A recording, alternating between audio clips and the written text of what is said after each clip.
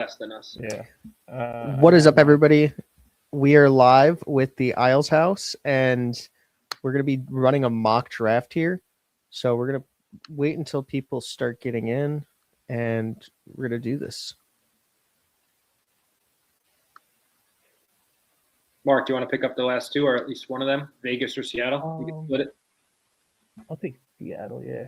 All right, I got Vegas, and I think we're good to go. All right. Let me see.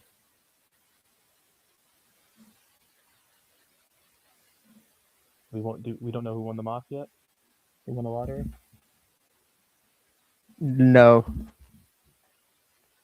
Not yet. I think so.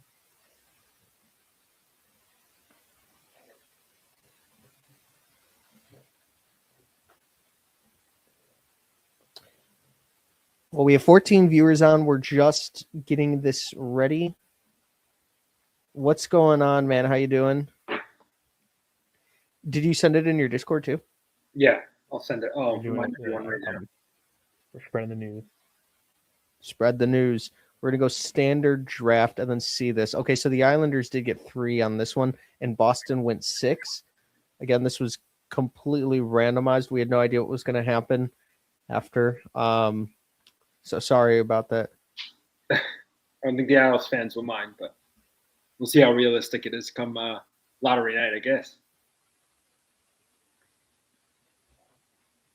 So who had Van? I had Van. Oh, no. Mark had Van. Oh, it's me. All right. Vancouver with the first pick. I feel like it's going to be McKenna. As much as I think the Swedish connections, the Sedin brothers, the Petterssons, and being number one on my personal list, I think it's tough to pass up the upside and skill of Gav McKenna. Can't really justify it. It's tough.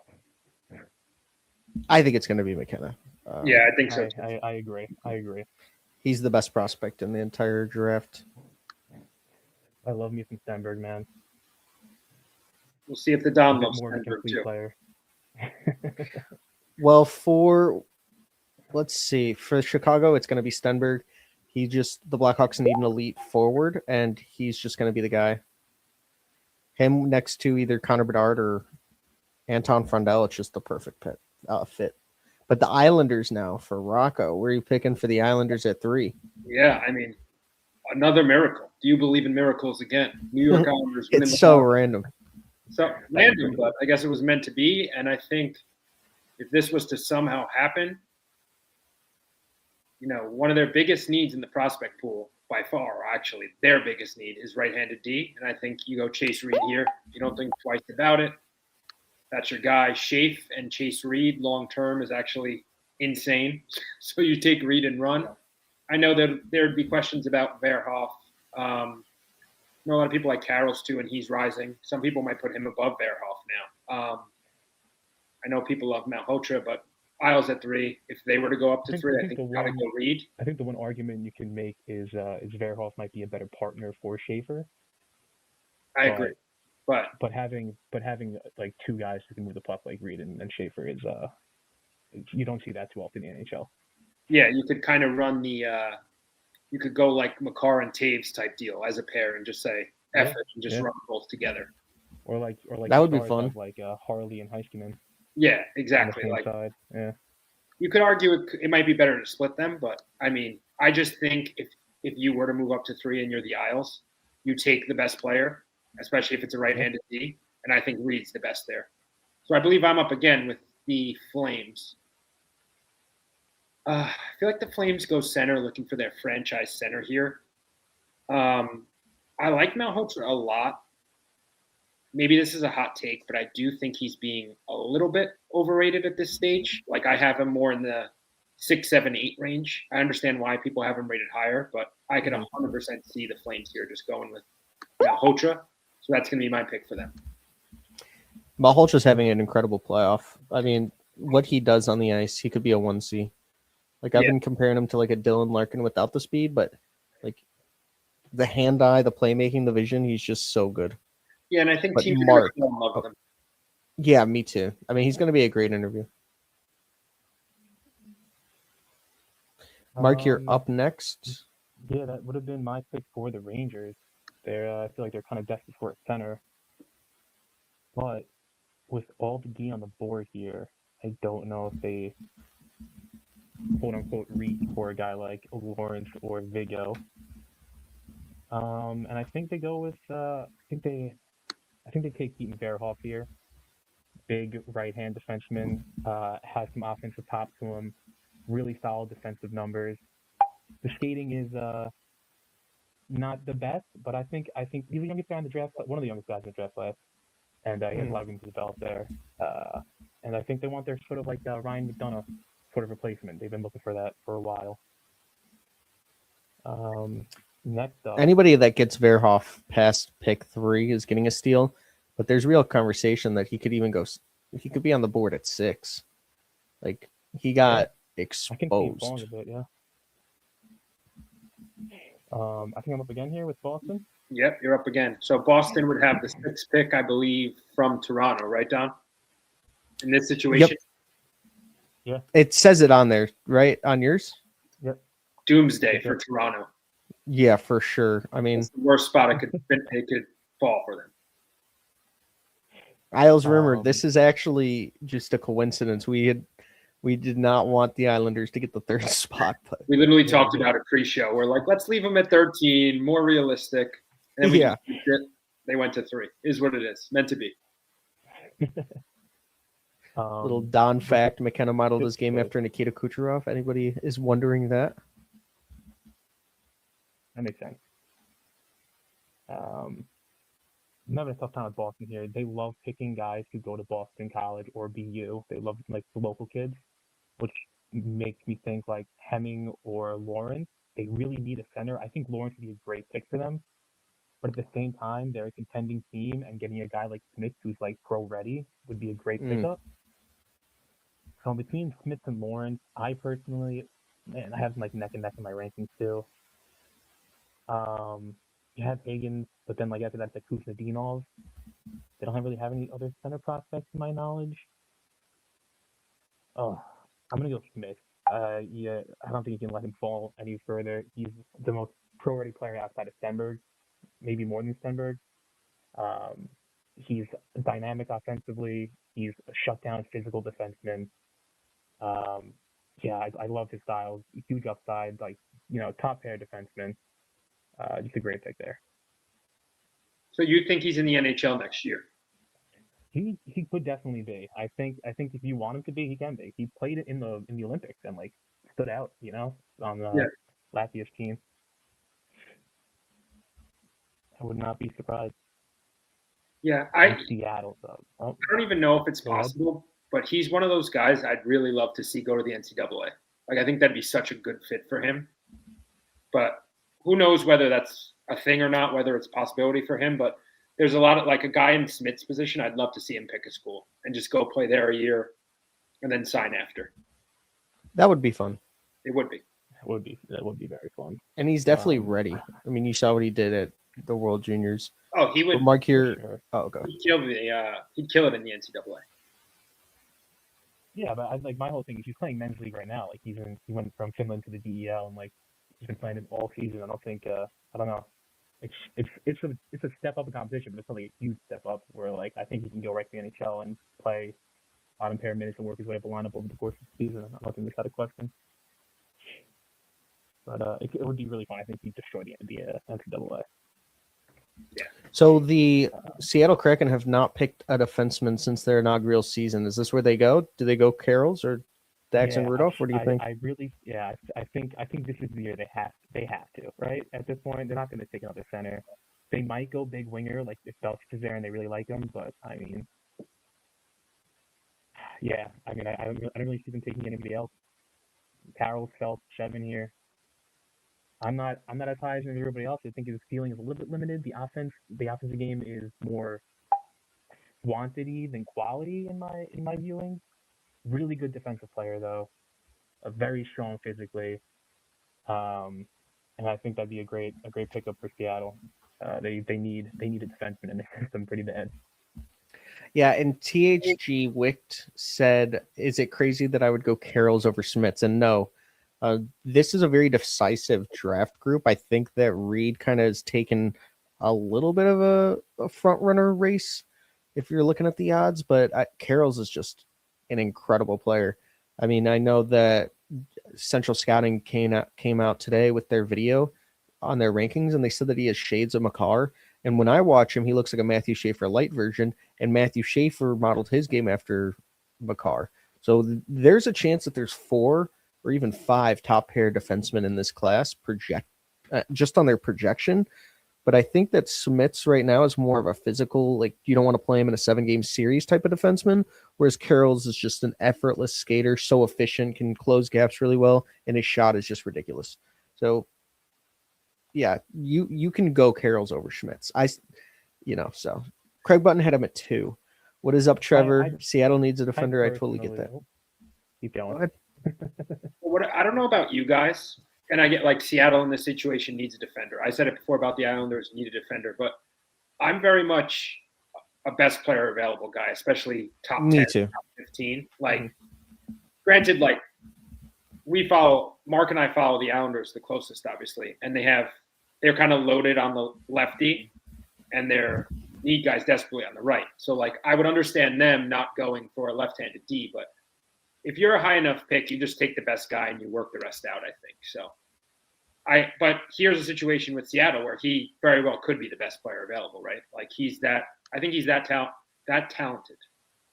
And then if you're between him and another forward, like if it's 50-50 on him and a Vigo Bjork, team like Seattle probably goes with him because it does fit a need. So Ty goes to the need, but I think most teams this high will be drafting best player. At least they should. That would be my philosophy. I completely agree with you. I'm always best player available no matter what. But for me in this kind of draft, I think that you have to kind of go into what you need as well because of if you're going defense, because they're so closely gapped. Right. And for me, it's like if you need a right-handed defenseman, take a right-handed defenseman. If you need a left, take a left because you're not really giving up a lot of value. But in terms of like if Malholtra's still on the board and someone takes Daxton Rudolph, I'd be like, you shouldn't do that. Yeah, I think we could very well see a run of defensemen too, just because if we're being completely honest, I think it's a little bit of a weak center class.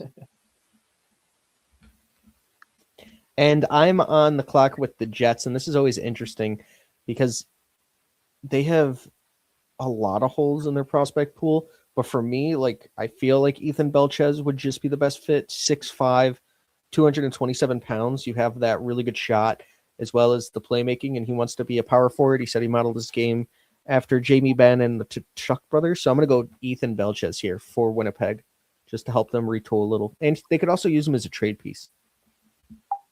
Yeah, I mean, home runs swing on Belchez, and I think Florida here would be upset at that pick because Belchez is such a Florida guy to me. So I then have to react to that.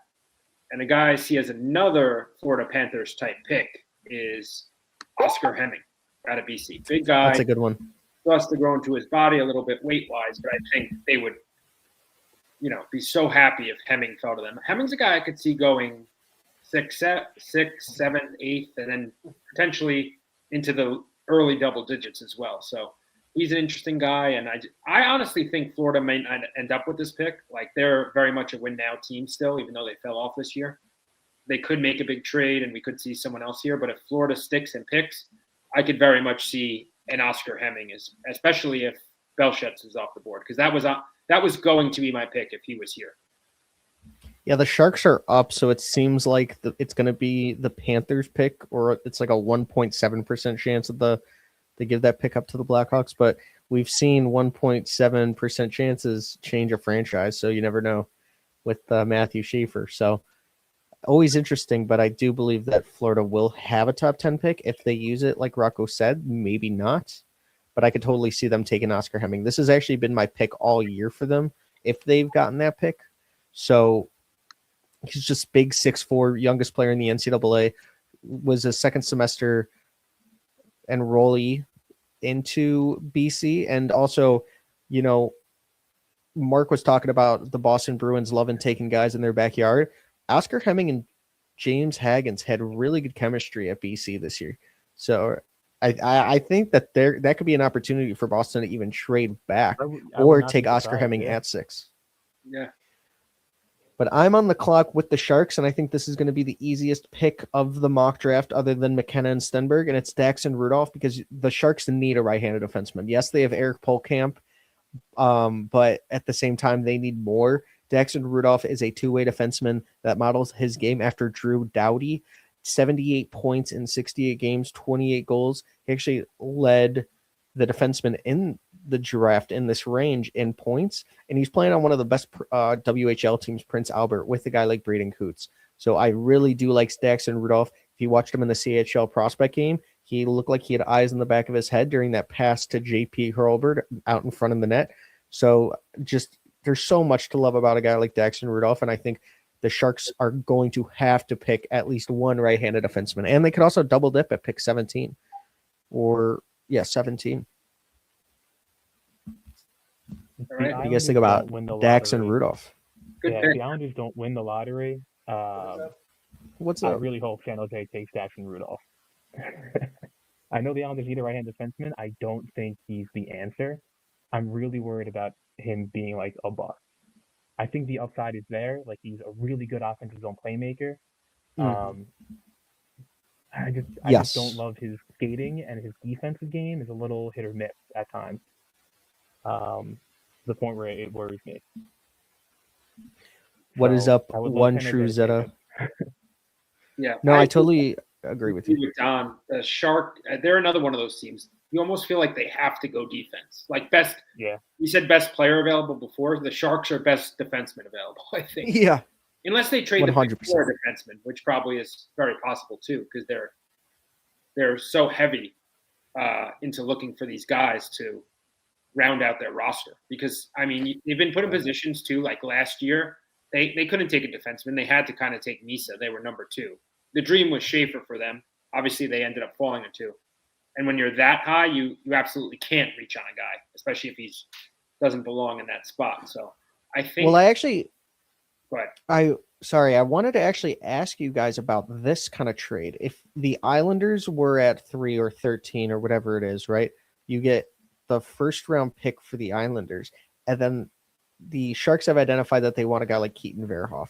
What if the Sharks offered a guy that is named William Eklund into the fold here? Oh, done. And then the do you pick think Except where the heck? Oh, yeah, William Eklund right here for like a first round pick, maybe like 12. Maybe you give him like Luca Romano or someone like that. Right. Let's get carried away. We're not giving up Luca Romano. You wouldn't give up Luca Romano in a first for William Eklund? I feel like you have to. I Luca mean, Romano came on the pod. He's borderline untouchable. Okay. I love Luca Romano. I'm just saying, like, Don't give I him. just- You're not giving my guy away as a throw. That's all. Yeah, that's true. But yeah, St. William Louis. to get William Eklund in some sort of trade from San Jose, would be electric. I actually sort of floated in our Discord like maybe a couple of weeks ago, a week ago. Someone who potentially could be in trade conversations from the Islanders is like an Adam Pelech. Now I don't know if they'd be willing to offer up Eklund in that sort of package for that sort of player, but Pelech is certainly someone I think would interest San Jose. Defensive defenseman, getting a little up there, but he's definitely the type of guy that would fit a need for San Jose. So they could be a match in a trade. I just don't know if the Islanders could offer the firepower that would get them Eklund. But obviously, we'll see. Yeah. I mean, they could trade Matthew Schaefer. He didn't even get 100 points this year. Yeah. So that could be an option. But I wanted to ask you this one because this is from Isles Rumor. He does really good stuff on X. If the Islanders stay at 13 or drop to 14 or even 15, who do you think they can select? Well, maybe we'll run through it here a little bit. We got a couple more picks. Okay. And then, so, Mark, if you want to make St. Louis's pick, and when we got get to 13, 14, we could see who's available and mention if the Islanders were here, who'd we take? You're damn right. This guy's smart. That's why this guy, you can tell he reads books. You could tell. Houston. Let's see. Might be Used a little heartbreaking. to. Retired. But I mean, I'm just visualizing it. I feel like I can see it. Oh, you know what? No, I'm gonna go Suvanto here. Ooh. And Mark, Gets themselves a big defensive, middle six center, playing pro hockey already. I think if his skating improves over the course of this summer, or next season, I think he can be a very short path to the NHL. Yeah, I really like him. He has a really good, subtle passing game in the offensive zone, really good puck protector. He's a beast. Yeah. I think, and now I'm up with New Jersey. And as I said with Florida before, I think if this is how it played out, New Jersey would be livid because I think Suvanto is a very good fit for them. Yeah. I think they could use a couple bigger forwards because now I'm up with New Jersey and the available forwards.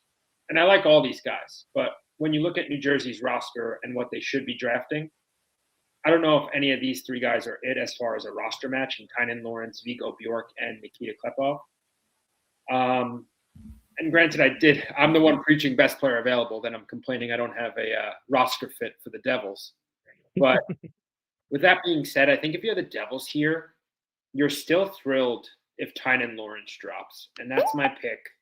I really like the player. I think he's kind of being over-critiqued at this point, if that makes sense. I think he actually played pretty well at BU.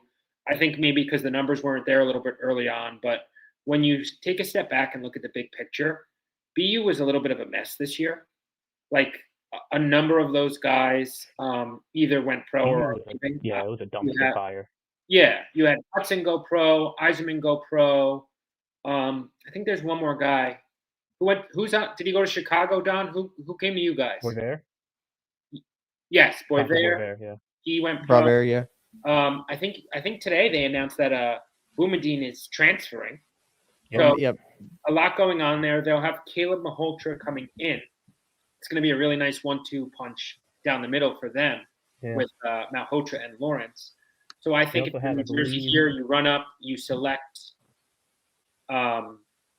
Lawrence, and you're pumped about it because Lawrence is a guy. For me, he's top 10 still. I know he's dropping in a lot of people's rankings, but like Isles Rumor asked before, if the Islanders stayed at 13, who would you want? Like, I'd be thrilled if Tynan Lawrence was still there at 13, if that's where the Islanders are. Thrilled. And we're going to get to all these questions.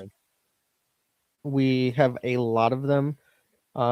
Just like we'll start from like Isles Rumor said, I'd say Lawrence was the best player on the ice for BU in the UConn game that ended. He ended the season with 6 points in 8 games, so he actually flew up the his production just flew up. And then we're going to go back up. Dated Dom, New York. Is Cagnoti not expected to be a player for San Jose? Yes, but he's more of a power play specialist. And in terms of you need guys behind him that are really going to have that size because Sharks are going to be in that playoff race for a very long time. And they have Eric Polkamp already too. So I feel like I don't think they would go Lynn or Villeneuve. And I think they want to go a lot heavier as well as get bigger. So wanted to say that. And someone said THG Wicht said 17 for Pellich. Would you guys do that? From San Jose? Do they have it? Yeah. Straight up? Mark, do you do that? Maybe. Depends on who's there. I think I want a little bit more. The guy you want. Yeah. I need another pick. I'm up with Nashville. Well, I mean, this is where we're going to talk about the Islanders. Who they would select here. Vigo Bjork still on the board. Oh. Yes. I'm running up there. That's my guy. I'm running up there myself. Yeah. I talked either him and Lawrence. I have them both in my top 7 still, Bjork and Lawrence. I think they're highly talented top 6 centers. Offensively very dynamic. Both of them solid defensively. Bjork was killing penalties in the World Juniors as a 17-year-old. He's a fantastic hockey player, and just because he's not 5'11", 6 feet tall, like people are not. I mean, I guess the concern is the skating, but he's playing SHL minutes and he's dominating. Top line. I can't see why you would complain about that. His brain makes up for the like slightly underwhelming feat. But the skill's there, the IQ is there, the defensive game is there. He's a dog on the puck. He's a hound in the corners. He's not afraid to get those dirty areas for the net. He's a great player, and I hope the Islanders get him at 13 if we don't win the lottery. Yeah, and I was actually. go ahead, Don. Oh, go ahead. Well, I was talking to Victor Eklund at the World Juniors, and he actually said that he feels so much safer when Vigo Bjork is on the ice with him because he is a great player on both ends of the ice, and he reminds him of a Macklin Celebrini type of guy. And I know that's his teammate, so he's going to be with him, but at the same time, I mean, listen, I've been saying since before the season ended with the Isles now. They have a pretty good prospect pool. You have a lot of nice prospects. You have Eklund, you have Aitchison, a lot of other guys coming up, Danny Nelson, Quinn Finley, so on and so forth. I'm of the opinion if they're at 13, you take a home run swing because you got a lot of nice guys. You want to try to land a top line player or a top pair D. And I think this is one of those guys that could realistically fall in Bjork. And if he's there, I think you take that swing. Same thing. Another guy, if the Islanders stick and pick at 13, like a Ryan Lynn, I think is another nice home run swing. Right-handed defenseman, they could really use that type of guy. And I think he's beginning to be a bit underrated as well. There's some guys that I understand why they're falling from the beginning of the year, like a Ryan Rubrick. Like I understand why he's dropping. The skating, the questions around the compete level. But then there's other guys like Lawrence, Vigo. Vigo, we know it's the size, but there's just some guys that I think get over critiqued and dropped because people might feel with Lynn it's the size too, right? Yeah, but Lynn's not that small. Like Lynn's what, 5'11"? He's 5'11", but last year 0 under 6 foot defensemen were drafted, which is crazy. It's crazy. Yeah. But I mean, we're judging a guy off being 1 inch shorter than the cut. I think it's a little too crazy. Like I could understand it with Vigo, to be quite honest. Like Vigo's small. Vigo's small for the NHL. And many people might point to like a Marco Rossi and say that's his ceiling because he's a small. Or Zach Benson. Benson. But I heard this on Called Up, Cam Robinson and Chris Peters, who do a great job on their pod. And they said on Vigo, like he's the type of guy that could be the new standard for the small forward. Like he's that high of a skill level. Like a guy next year might come in and be 5'8", 5'9", and we're talking about, is this the next Vigo Bjork? So I think he's that level, and I think he's worth taking the risk on. So Nashville, I believe here you took him 13, and so I'm the Isles. I'm completely fine taking him there and taking that. Yeah, 100%. It is my pick. I feel like we should go through these next 2 picks, and then that'll be 16, and then pause in the middle to get through. I think we have like 70 questions. One of them is my absolute favorite. From Casey, is that a sauna behind you? And then that started a little sauna debate. Yeah, that is a sauna. So hell yeah. I don't know why everybody's like looking at that, so that kind of cracked me up. But I'm gonna pick this one. Who has a sauna in their house, Don? You're really I have 2 of them. This is my guest room one. And then I have another one. I feel like you have to have 2 saunas. You have to. Yes, when if you're not, you're like you. You're just not going to talk to girls if you don't have 2 saunas in your house. I feel like that's just the standard. You know how it is. Mark.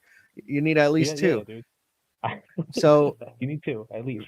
I had 1 in my old house at my dad's, but yeah, and 2 is where it's at. You need 2. That's when all the girls were coming over. So for me, like Washington Capitals here, this is a really interesting pick. They obviously would probably love Vigo Bjork to take the reins of Ovi, who's going to retire next year or this year. I think this year, but during his interviews, it's kind of been interesting, but I'm not going to speculate on any of that. But I think that they're going to take Nikita Klepov. This guy had 97 points in the OHL, which led the league. He actually played defense growing up, which I don't see it in his game at all. He does not back check whatsoever, and he kind of takes plays off a little bit when the puck's not even 3 feet by him. He's just done. So he's just like, I'll wait for the offense. And I feel like the Capitals have done a very good job at having players that do that. So Nikita Klepov is 14th in my ranking, and I'm pretty high on him. Mark with Philly. Mark, let's be honest here, Mark. There's a very, very, very Philly pick, and you better take him. I mean, if it's a little off the board here, then maybe I'm gonna do it. Where is he? Oh my God, you have him so low. It's not who I'm thinking then. The guy I'm It's thinking probably not who is Are up. you Who are thinking you Tommy thinking of? Bleal? No. For Philly. No, they like their big boys. They like the guys who hit. I'm thinking, Um, well, go Ben ahead. McBeath? I'll let you pick, and then I'll say it.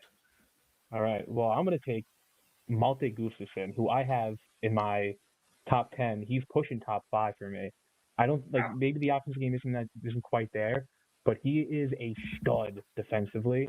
A shutdown D-man with phenomenal skating ability, a good transition game, a good outlet passer. Um, Physically dominant at the SHL level as a 17-year-old with a late birthday is so incredibly impressive. His growth from last year has been phenomenal, especially his skating ability. And in the offensive zone, he's no slouch. He only had 3 points, but he moves the puck well. He plays a very safe, simple game. Um, and yeah, he's all about defensive zone and getting the puck up ice in transition. Physical menace, big hitter. I think this is a slam dunk pick for Philly to just lock on the D core. Yeah, he reminds me a lot of Matthias Ekholm. I Just an was all-around quality defenseman. I was So who are thinking you thinking of, Novotny Rocco? for Philly. Novotny would be a really good pick for Philly. They can use a winger like him, a guy who's like aggressive in the corners with some skill on his side. But I think I don't know. Every time I see Philly, I just think Gustafsson's their man. Yeah, I could see that. All right, I'm up now. LA at 16. Not gonna lie, I just see this as a really nice fit. You have Kopitar retiring. Going Ilya Morozov. The guy I think is really one of the more underrated players in this draft. Had a really solid year in the NCAA. And I think you got to give him another year or two at least to develop. But I think this is one of those guys that we might look back in like 3 or 4 years and say, wow, how did he go that low? Like he's got size, he's got skill. I think he checks pretty much all the boxes. So I think a team like LA would be thrilled to see him drop here. And obviously, I'm not saying he's going to be Kopitar. No one is. But you draft him with the idea of him being hopefully a Kopitar light type player. Yeah, and this is a good stopping point to get to the questions. Again, I wanted to say that this episode is presented by the Sauna Federation, so definitely take a look. And for me, there's a ton of different questions, so thank you guys for tuning in. We have over 500 people that are watching, and like in 30 minutes, so that's pretty sweet. But definitely give these guys follows on X as well as subscribe. I'm going to be doing a jersey giveaway. I'm giving away James Hagen's jersey already right now as well. And we're doing a Gavin McKenna jersey giveaway during the lottery. So if you are going to subscribe, now is the time to do so, because we're going to be doing a ton of giveaways before the draft lottery. And I feel like it's always a good time to do so. And we're also giving away a Connor Bedard jersey, but you have to be like subscribing or following. So definitely do that. But for me, we have to get to some of these questions. So Michael said, give me Ryan Lynn. If the Islanders stay at 13, I think Lawrence or Vigo Bjork. Winnipeg with the Belchez is nice. I hope the big kid plays. And then we got one from Second City who does really good Blackhawks YouTube.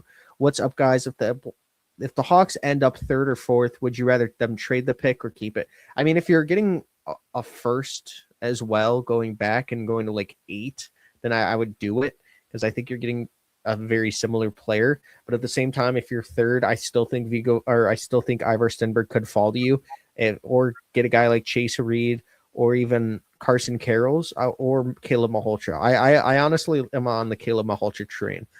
Caleb in Calgary is nice. I totally agree. We had the same one. You can't rob the Isles like that, but Darsh is a rookie. What is your opinion on Darsh, Ben? Oh, God, I don't want to make this a 2-hour podcast.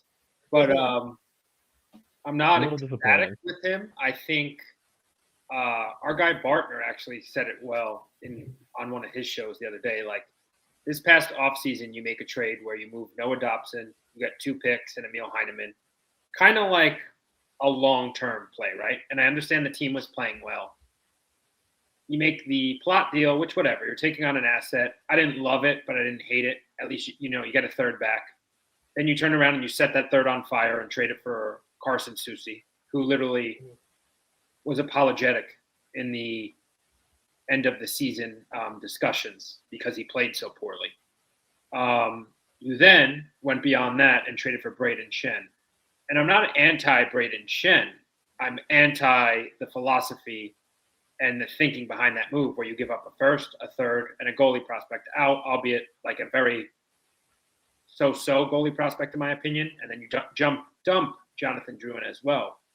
But I just think the Shen deal kind of is like a little wishy-washy on your mindset as far as the team as a whole. Like you go from, what is that, 7-8 months ago, you trade Dobson and then you fast forward and you're acquiring Braden Shen. It's sort of like backwards thinking. And in my opinion, Darsh really has to take a step back and look at the bigger picture here. And I hope he admits his mistakes this summer and does just that, where you say, okay, this team's getting a little old. We're locked into a lot of contracts. And maybe I have to get creative and move a couple of these vets and get extra picks back and understand that this is not a 1 year, 2 year thing. This is a 3 to 5 year thing. And I have to build around Matthew Schaefer, not Bo Horvat and Matt Barzal. So not happy with Darsh, but he can maybe begin to win me back this summer. And I think Mark's kind of on the same page there. Yeah, it was frustrating because he came out saying we need to get younger and faster, and I think everybody agreed with that assessment.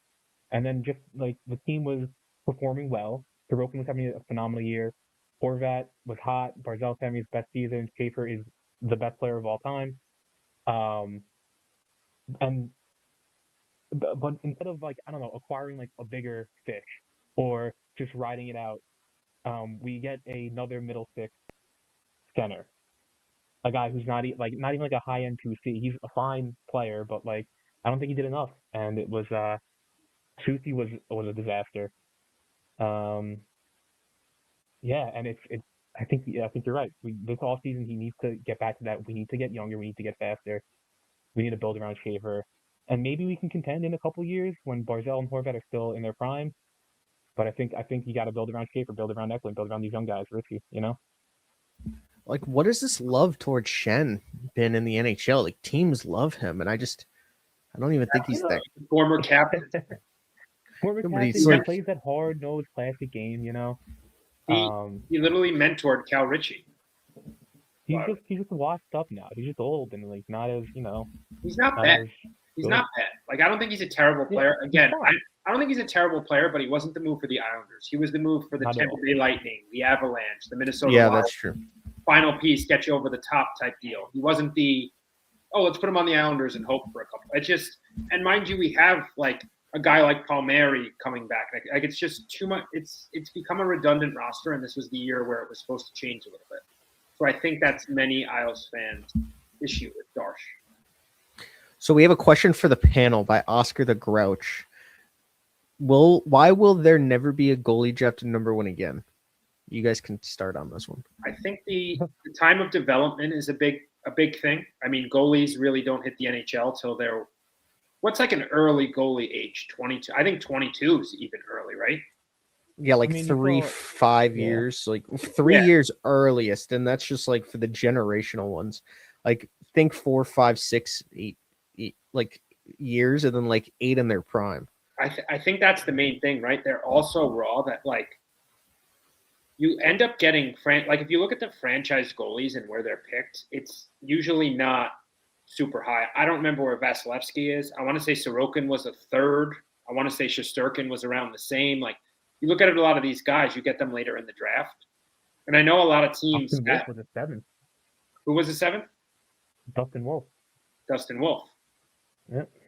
Yeah, Rick DiPietro. Granted, I'll be the first to say DiPietro was a very good player. He just got hit with so many injuries. Like he was a good goalie. He just couldn't stay healthy. But yeah, I don't see a goalie ever going number one again. And the other side of it too is like, if you're typically at number one, you have an NHL ready guy, or at least the guy you're going to throw into the NHL and kind of sell tickets and let him get some run there because you're probably not the best team. You're picking number one overall. So it's hard to pass up that NHL ready guy for a goalie you're going to see in 5 years. Yeah, I think that's a good point. I honestly don't think there's going to be one that goes number one ever again, unless it's just like some 6'5" super athletic guy that has like a 9.5 save percentage and looks like he's already NHL ready. And I just obviously there could be a Wemby of goalies, but I don't see it coming. That would be sick though. Could it be like I could only see it? Obviously, it would probably be situational and years down the road. You never know how the league changes. But the only way I could see it if there was like a McKenna-esque prospect that went to the NCAA before his draft year as a goalie and just dominated. Like that's the only situation I could even see it. But even someone like that, I think would just be like a mid-first round pick, even in that situation. But I mean, if you just absolutely dominated and looked great and looked like a franchise goalie that could play pretty quickly and you're the next Carey Price, sure. But I mean, look at Johnny Hicks. Like he's like 19 or 20 and he's a 20-year-old freshman, whatever it is. But he was 15, 0-1, and then won the national championship. And we're sitting here like, is he going to make it to the NHL? Like, I feel like you have to go to the KHL or SHL and dominate, maybe not even lose a game for you to have that. Because in the NCAA, you're only going to play like 40. There's only like 40 NCAA games regardless, or 34, 35. So at the same time, it's like you go to the WHL, you get 80 because the goalie's only going to play like 60%, 70% max of those games. So I feel like going to the NCAA as a goalie, you're not going to be seen as much. So that might actually be a knock on him too. In theory, like this is a theoretical NCAA goalie that's generational, but you know, it's just if there was a goalie that went number one, he'd have to be a LeBron James. Like you'd have to know for years. You have to be like, you have to be 6'6" and like just an athletic freak and putting up insane numbers. Yeah, that doesn't happen anymore. Goalies are too fickle, I guess. I don't know. Like volatile is maybe the word. Like you never know what you're gonna get. Their development is all over the place. The mental game, they can like something can go wrong mentally and they can just be done for their career. It's such a hard position to predict. So I can't see anybody taking a goalie like even top 5 is too high. It's the running back of the NHL. Exactly. Yeah. Yeah, that is true. And Isildur said, look at the Blues with 8 picks in the top 125. The Blues have a lot of ammo. They have 3 first-round picks. Anything could happen with that pick. You're welcome. And yeah, for Romano has a vowel in his last name, untouchable. You know, that is interesting. He has a couple of them. Yeah.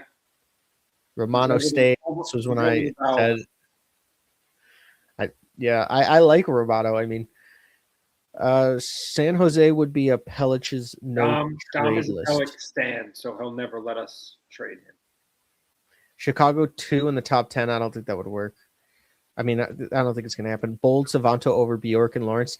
This is actually something that's continuing to be a trend on some. Yeah. Let's see. Boumediene going transferring is shocking. It is shocking, but you know, he won at the World Juniors with gold. He can do whatever he wants. I know that I'm blocking Rocco's face, but I don't know why it doesn't allow me to move anything. No one needs to see it anyway.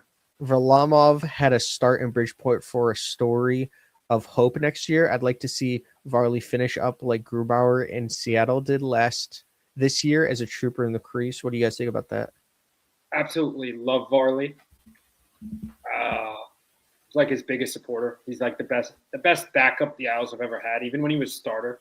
I feel like people almost forget when the Islanders made their Eastern Conference Finals runs a few years ago. He was great in those playoffs. So you're not going to find many bigger Varley fans than me.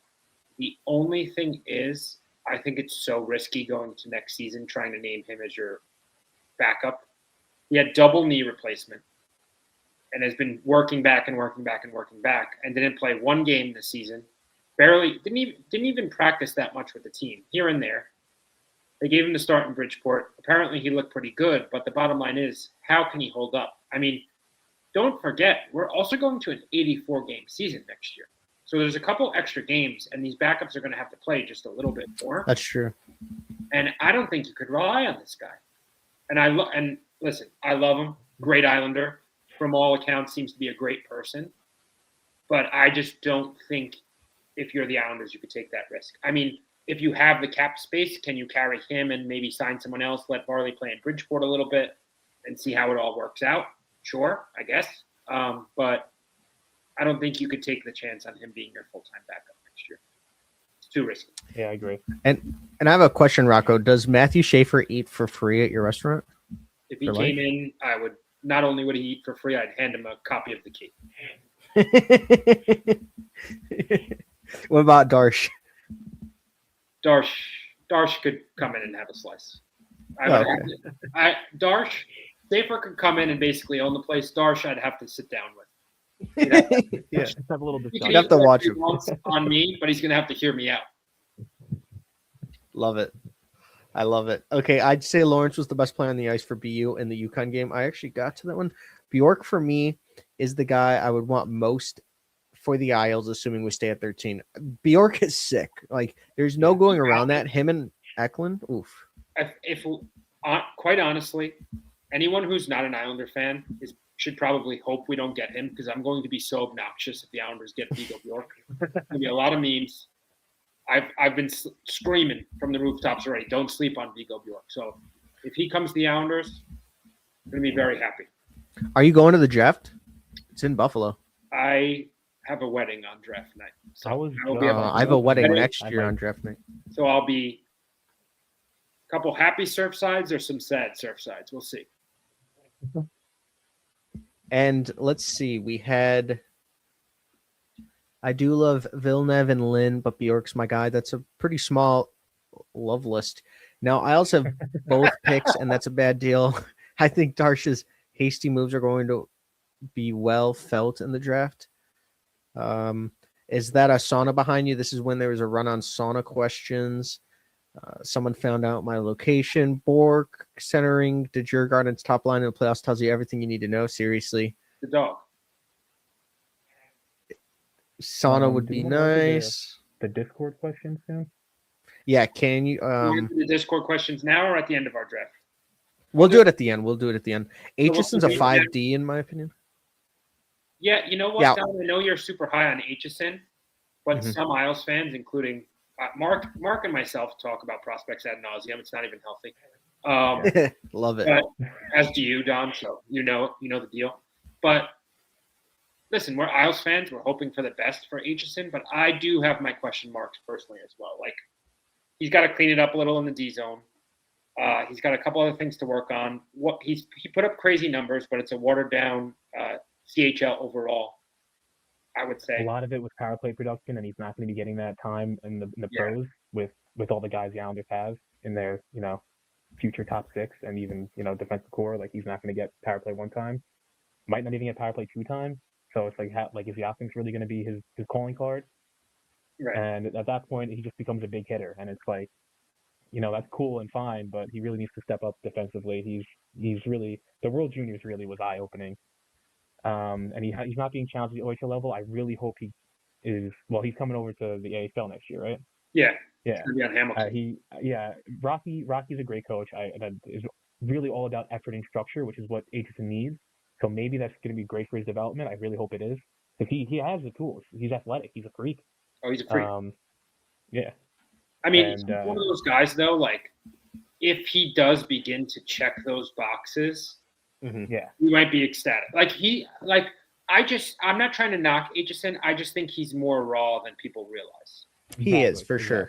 I mean, he was a 4.5 skater coming into this season, and that's not good. Maybe even a 4. So one of the worst skaters in the entire draft class last year, and Porter Martone worked on his skating, and Aitchison got better, but you need him to get a lot better. You need another jump. But as Mark said, like, I think Rocky's done wonders for a number of guys down there, but we didn't really have many of our NHL talented prospects down there this year. So next year is super exciting because we're going to have so many. I mean, we're going to have Eklund, Yzerman, Aitchison, Finley, Prokhorov, and maybe I'm even missing a couple more, but we're going to have a lot of our top prospects there now. So it's super exciting times to actually keep up with the AHL team. And we have like 50 more questions, but we're not going to be able to get to them right now. In the living room, this is another sauna question. Draft day in the sauna. I'm going to be there, but John, maybe I don't know. stop clicking everything that says sauna. All right, you could skip the sauna ones already. We know All right, you this one does say Don lives in Finland. That's not a sauna one. Don Hem. Isles are moving up again. Okay. All right. Love Klepov, Jack Hextall. We're just going to go back to the mock draft. We did a really good portion of that. I am up with the Sharks. They took Daxon Rudolph last time. And honestly, I do believe that they could also double dip with another right-handed defenseman. I don't know if you guys agree, but I feel like they just need to take as many as possible. They could go Adam Novotny here. I was talking to the director of European scouting for Pro Hockey Group, Sam, and he said that Adam Novotny could be a 30-goal scorer. But I'm going to go Pippa Reinen. Just so much upside there, playing well in Finland. And down. they need a double dip. Funny enough, I like Piparainen more than Rudolph, and I think Piparainen fits a good need for them as like that defensive guy on the blue line. And he's high floor, which they need. Yeah. Am I up with Calgary? Yes. Oof. Okay, Calgary. So I picked Malhotra before for them. So What's up, Alex? Now I'm thinking your draft, and this could be a really nice draft for them if they take Ryan Lynn, and you walk away from this draft with Caleb Malhotra and Ryan Lynn. That might be, their mini version of how the Islanders are feeling right now with Matthew Schaefer and Victor Eklund after last year's draft, getting those 2 picks. And Ryan Lynn's a guy, I think if you're Calgary here and you're sitting at 18 and he drops, that's a great pick. High upside. I think he made a great choice. He's headed to Denver next season. I love that for him. Yeah, that's going to be huge for him. Yeah, it can really help his development. Obviously, great coaching staff there. They just won the national championship. So Ryan Lynn at 18 for Calgary, and I think that could be a huge pick for them. It's a home run swing, but I think chances are it might be out of the park with that one. Like the more I watch Lynn lately, the more I see someone that just needs the right development and could really be a player here. And I'm not trying to keep going back to the Islanders, but we naturally do. Like even at 13, if the Islanders are at 13, like I'd be fine with Ryan Lynn at 13. So I feel like it's great. Because I think the Denver development is going to be great. Yeah. I honestly, Ryan Lynn moved up my list a little bit when he chose Denver, just because I think it's a great development path. And I also like guys that choose a challenging destination. Like the NCAA to me is challenging. And if you're a guy like Ryan Lynn, like you could have just stayed in the CHL for another year and played it out and whatever else. But I like that he took on the challenge. To me, I call that like off ice compete. Like you're a competitive guy, you want to improve, you want to show you're an NHL talent. And he chose the best program in the NCAA. So obviously, if he shines there, chances are he does have a good shot of being a productive player in the NHL. People are pretty surprised Novotny is still here, and also Ruck. So I first of all, I think that the Rucks are going to be in the 20s. I know that Craig Button had Liam Ruck over Caleb Malhotra. That he had Liam Ruck 10 and Caleb Malhotra 11, and then Marcus Ruck 12. I was kind of confused on that, but I do believe that Rucks will be in this range. So I'm up again. I have Utah's pick. I know Utah's owner is a fun guy. They're trying to build that team over there. I wouldn't be surprised if they move this pick because I know they're becoming very much win now. They have an ascending team, and I wouldn't blame them for moving it. But if they do stick and pick, I'm going Novotny here. Novotny's a fun player. Yeah. The one thing with him that I question is the ceiling. Like, could he be a first-line guy, second-line guy? I kind of see him becoming a really good bottom 6 player at worst, but I think the likelihood of him just being a bottom 6 player is pretty high, if that makes sense. Like the floor, he's got a high floor, and he plays a tough checking game. We saw it at World Juniors, but my questions with him is how much can he get on the score sheet? So I think he's a nice pick here because he's a fun player. Even if he's not scoring, he's the type of player that affects the game. So I think he's a good, solid pick for Utah. And he's also, in my opinion, like a guy, even though he's going to get drafted probably late teens, maybe 20s, we have him 19 here. Like I could see him having a really good draft plus 1 year and then being in the NHL the following, just as a bottom 6 piece. because he could play up and down your lineup. So you're not going to be afraid to insert him into an NHL lineup. So I think it's a good move for Utah. And if they don't move the pick, it's sort of like a win now draft pick because it's a guy that could help you in the near future versus a project prospect like, I think Hurlburt's good, but I think might be another year away versus like a Novotny type. I'm just so happy how much about prospects and how well versed it is because it's hard to talk to people about prospects because sometimes you gotta dumb it down a little bit. But you guys know puck, so I like it a lot. I told you we're little addicts, and we bounce off. Like Mark and I bounce off each other all the time. Like, hey, check out this guy, check out that guy, and we make fun of each other if the other one's wrong. You're either like addicted to this, like passionate, or it's just like who should my team draft? And I think it's either one or the other. You either follow most of the year or you pull up on draft night and you're like, all right, cool. And then you get mad because you see the little ranking that's like somebody like Mel Kiper, like Mel Kiper's rankings for the NFL. It's like Mel Kiper has Shedeur Sanders ranked third and he went in the 5th round. And then the people are just like all yelling. Who's it's the exact same thing. Off by to rank Shedeur Sanders third is the better question, but I digress. I'm up here with St. Louis.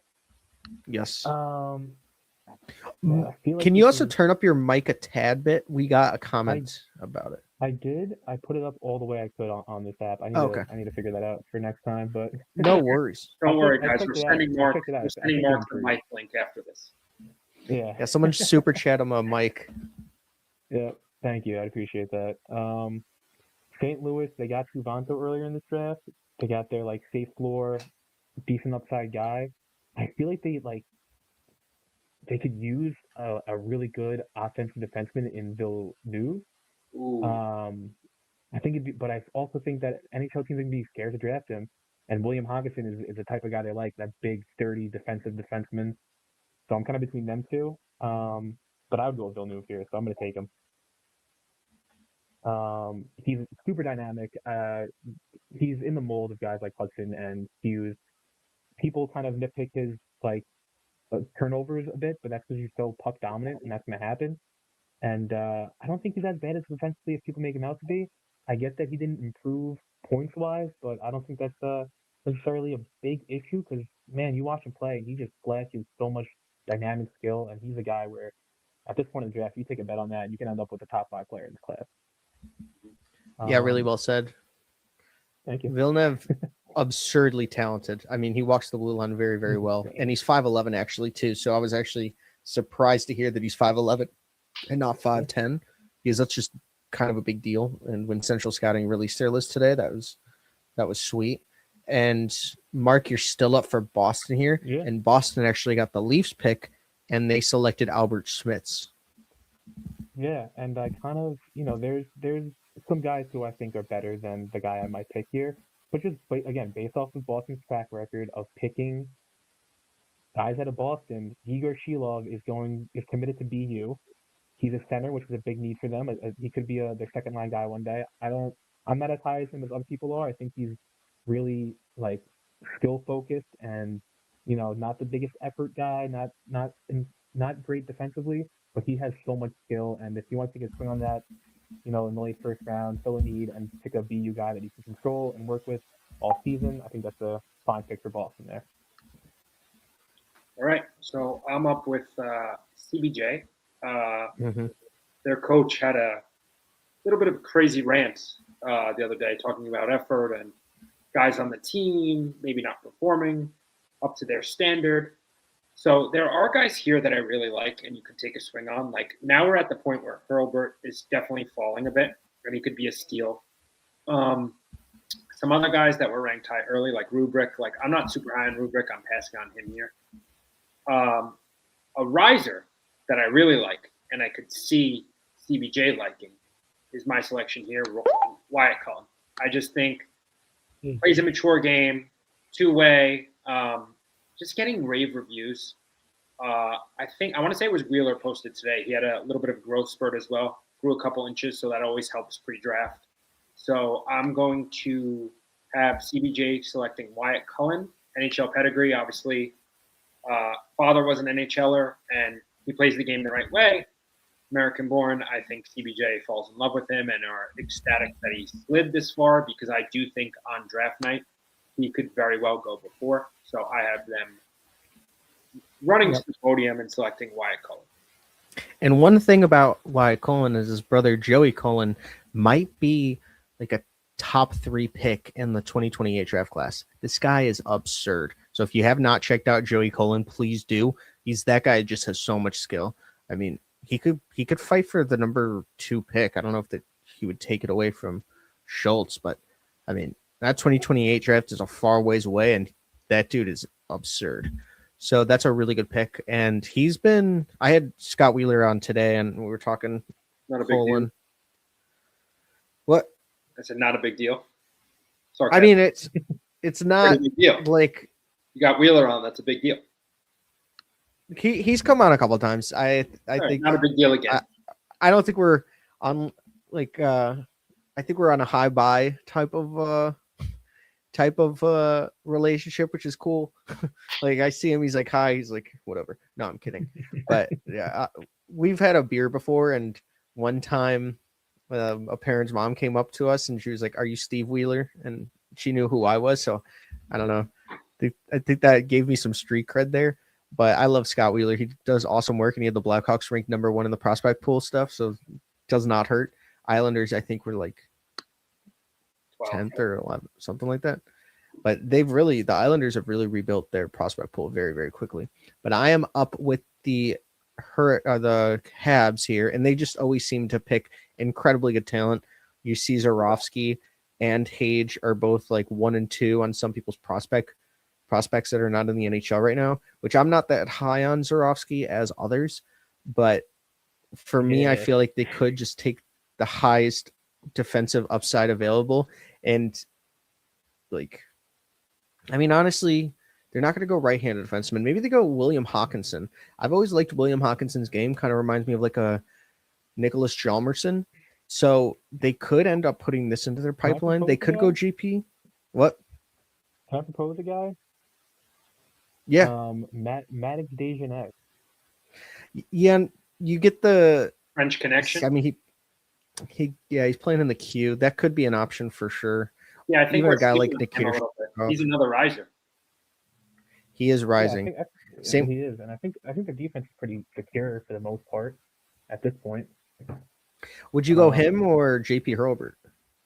I think it's between them two. But from what I hear, the Montreal crowd wants like that big middle six guy. Yeah. And I think all right, I'll take him.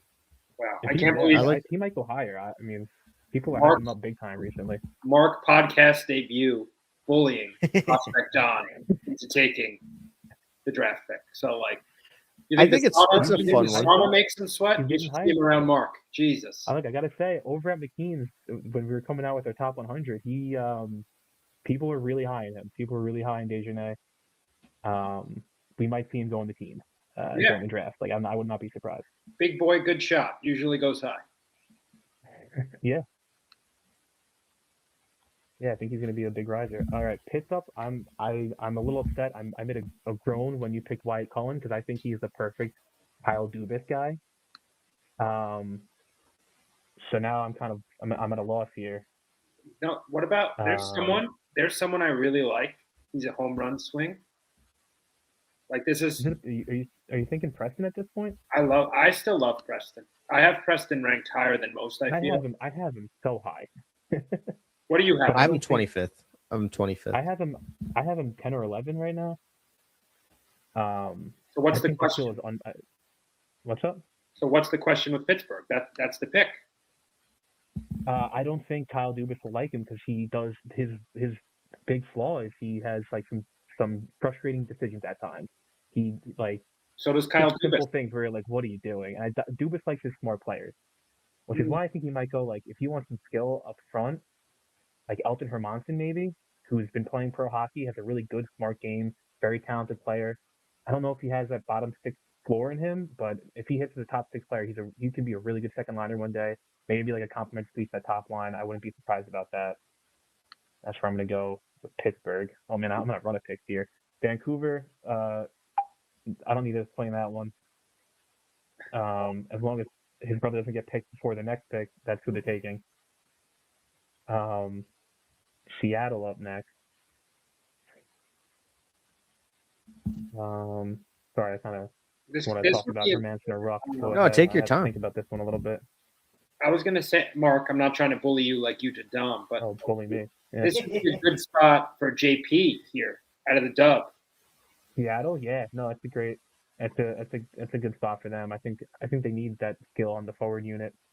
Another guy that I'm not personally high on, but I can see why teams would be in love with his like offensive brain and his talent. And Seattle's a good place. Yeah, you're right. Is Rubrick's brother still on the Rangers? In the AHL, I want to say. I think he's on Mark. Rubrick. Do you think they double down on the Rubrick bros? They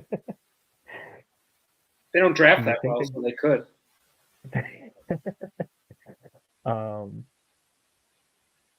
Man, there's not a lot of not Drury. Left. Drury does love his Americans too. This could be like a Rogowski. Yeah, he loves his big boys. Yeah, maybe Rogowski's the move. And Rogowski's 6'7" now on that central scouting list. He is? Yeah, yeah. He grew an inch. Oh, that's crazy. Why can't he give some of those to Vigo? Like, if Vigo was 6 foot, we'd be talking about number 1 pick. I said that today with either Scott or Stephen Ellis. I don't remember. I think it was. I said it to Scott. Don takes my quotes and runs to the big boys. I think saying that to him the other day. When did you say that? You before? I don't know. I've been on that train. It's not a big deal. I'm just kidding with you. I'm screwed, dude. Rocco's gonna send people to my house. Yeah, no, but Vigo, I just love Vigo, man. I think he's getting underrated. 100%. And I hope that he goes to the Islanders so that you guys can interview him. He's a nice guy. Forget it. If I interviewed Vigo, it's over. Vigo and Eklund? Finally up after Mark hogged the picks for like 10 in a row. So you're up with Washington. Yeah, I kind of just assumed I didn't have picks left. I didn't even realize I was up. But Brooks Rogowski's a great pick. That's honestly the direction I wanted to go into. But I'm interested to see who Mark thinks I should take here. Let me see. Let's see. You know who I really like that I think is also underrated? Valentini. I like Valentini. He's a good player. But is it like the thing with him, though? Like the only thing with Michigan in a year like this year when they're so stacked, is it him or is it Michigan? You know? Well, I think his play is in spite of Michigan because they are so stacked and he's a freshman that he had to fight for his ice time. So I think he would have put up more numbers if he went somewhere else. And he's also playing against 22, 25-year-olds. And he actually looked awesome, even though he's like 5'9" to 5'11". I really wanted to see what his central scouting ranking was. I know it's up, but I didn't get to see because he was like 88th on their list. So if somebody could say it in the chat, if he's 5'11", yeah, that's definitely he could go in the first round. But if he's 5'9", I think that'll really hurt him. You know, I wanted to ask you guys too, like, this is about the point in the draft for me where I feel like it starts falling off a little bit. Like, I'm prepping for my pick. I think I'm at 32 next, and I'm like kind of going through, and I'm like, I don't love anybody. You know what I mean? Like, when I'm at 18, 19, 20, I still love some of these players. Now we're getting to the point where I'm like, all right, it's kind of pick your guy and hope here. Like this is where I feel it starts to drop off right around early 20s, I'd say. It's all dependent on how you feel. Like Preston for Mark, he's in love with him, and I totally understand that. One of the most skilled guys. The production just wasn't there early in the season, and then he turned it on really, really late. If you look at this, 32 points in 36 games, he was nowhere even near a point per game early in the year. Pantelis is a really good one. I want to see if he's actually 6'2" because he looked 6'4". I have to check the central scouting ratings. Ryan Rubrick's going to fall because there's engagement issues, and there might be some other issues outside of hockey. He could be the Ivan Ryabkin of this draft. William Hawkinson is 6'4", really good left-handed defenseman that can just he could be on a shutdown pair. You have Marcus Ruck. I mean, there's a lot of decisiveness or divisiveness on where he could go. Can he go like in the top 15. Not to me, but I think he could be a really good late of the first round or early second round pick. Nikita Sherbakov's a left-handed defenseman, but he actually played most of the year on the right side. And he's actually, it says 6'5", but today it came out he's 6'3", which I was kind of Oh, really? sucks. Damn. Yeah. That's crazy. So How did they get it so wrong? I don't know, but another guy like Tommy Bleal has looked fantastic in the queue. 81 points in 63 games, right-handed defenseman that can skate like McDavid out there. Bleal's my guy. I love Bleal. He's so good. There's like Mikey Burchild is extremely talented, but he's also 5'10".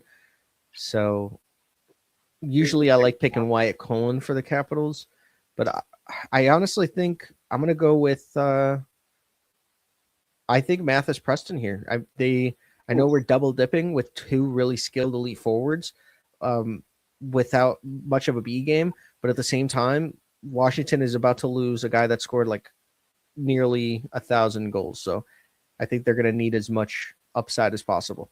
Yeah. Good. That's a great. I mean, I think all of us agree. Like, we're at the point in the draft that if you could get Preston this late, that's just a sick pick. Like, that's a fun pick to watch. Like, that's the type of guy I want late first. I feel like when your team has a late first round pick, you often end up with a guy like, all right, like project, we'll see. Mm-hmm. This is a guy that, I mean, I could see Preston either going the opposite direction and people being like, oh, maybe he shouldn't have been a first round pick. Or I could see it even more so being like, I can't believe he slid that far. Yeah. The talent's great. I wouldn't be surprised if he falls farther, to be honest. I know a lot of people, I don't know. He screams the type of guy that the NHL does not like to draft, almost like a Cam Schmidt last year. Mm-hmm. Yeah. I wouldn't be surprised if he's available in the third round. Like, it would not shock me as high as I am on him. Like, I don't know, but I think the there. When the Islanders initially had the Colorado pick, I was so interested in potentially taking. When they had both picks, Ryan Preston would have been a dream. Yeah, the perfect draft for the Isles in my mind when they had both picks was landing that right-handed defenseman in like 13 with their first pick, and then getting the high upside forward in Preston. But it depends on the team too, right? Like a team that wants to take that home run swing, I think Preston's their guy. But the question, like, he's a player, the interviews are going to be big. Because everyone's going to ask him what's going on with the compete. Like, one game you look like a star, the next game you look disinterested. What's going on there? And he's another guy too. I don't know his situation, but he should go to the NCAA as well. Like, he could really benefit from that type of commitment and saying, I'm going to go prove myself against bigger players. Like, he's another guy that could really use that. But anyway, I'm getting in the way of but for the Isles, it's just kind of annoying that they did do that trade and traded the Avs pick because they only have one pick in the first 108 picks. I mean, that's just absurd. You had 3 first round picks last year, and now you only have 13 and then 109. Like, that's what I'm saying. With Darsh, like, when I say take a step back and look at the big picture, for me, it's getting a couple more picks and then going out and drafting high upside guys. Like if you're able to sell off a few guys, let's say hypothetically a Scotty Mayfield would waive and you could get a third round pick or maybe somehow a second round pick, like, and then you turn that pick into like a Preston. I think that's a great move. I think that's the type of stuff Darsh should do, but it remains to be seen if he could do it.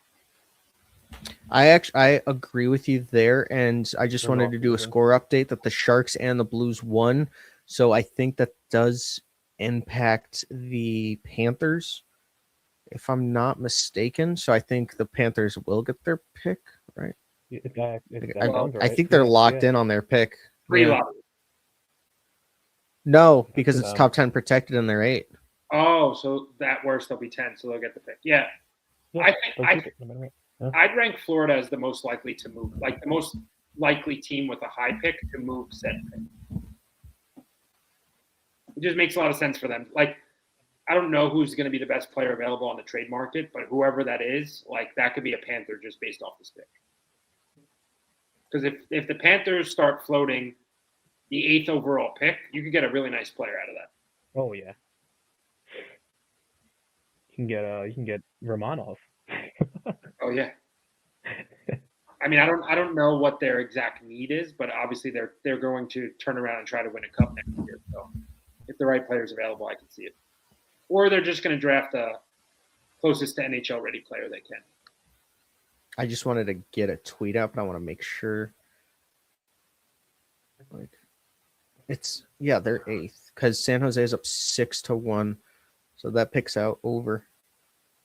So that is an interesting one. So for Buffalo Sabres here, they did try to trade redeem Mirka, so I don't think that they did get David Bidkowski last year, 2 right-handed defensemen. I honestly think that they could go with a guy like Marcus Rook, but you're gonna break the even a Ryan Rubrick. Oh yeah, I'll save him for you because I'm going back and forth. So I'm gonna go Ryan Rubrick. So it's fine. I'm gonna go Ryan Rubrick here anyway. I mean, he's just the highest on my board, and I do believe that he could be the Ivan Ryabkin of this draft, where he goes a lot farther. But at the same time, it worked out for the Buffalo Sabres with Tage Thompson, and if they ever do trade Tage Thompson, they could try to get him as a replacement. And not that he's Tage Thompson, Ryan Rubrick is actually 6'2" and 3/4, which kind of surprised people because on a lot of lists it says he's 6'4", so he could fall. But he scored 41 goals in his D+1 season, and then he scored and then he scored in his draft season 30. So I'm gonna go Ryan Rubrick here.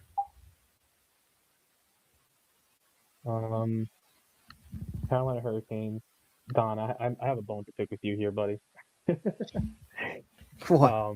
My favorite player in this draft class is a Russian by the name of Gleb Pugachev. And I struggled to find him on your list. He's down here at 70. Well, I think he's Carolina's pick. I will say that my updated rankings are coming out in 4 days on 4/20. It's rankings day. I don't think that there's like a famous holiday, so it's rankings day, I thought. So for me, like, this is not what my rankings are. These were like a month ago. So like Tommy Bleal for a preview is 33rd overall, and he's 51 on here. Yeah. Okay. Very cool. Good to know. Like Glebe is like 120 in those rankings. That's devastating. I'm joking. Yeah, Gleb Puga. I think Carolina. This is absolutely a pick. They love their high motor guys. They love their guys who are really good off puck. They love their Russians. They drafted how many Russians in the past few drafts? 18 in 4 years, I think. Yep. Yeah, something crazy like that. And I don't see why they would stop. I think they're going to get a great player here, a guy who can play that bottom stick, keep that sort of like, they got to replace Stahl and Martin Nuke one day.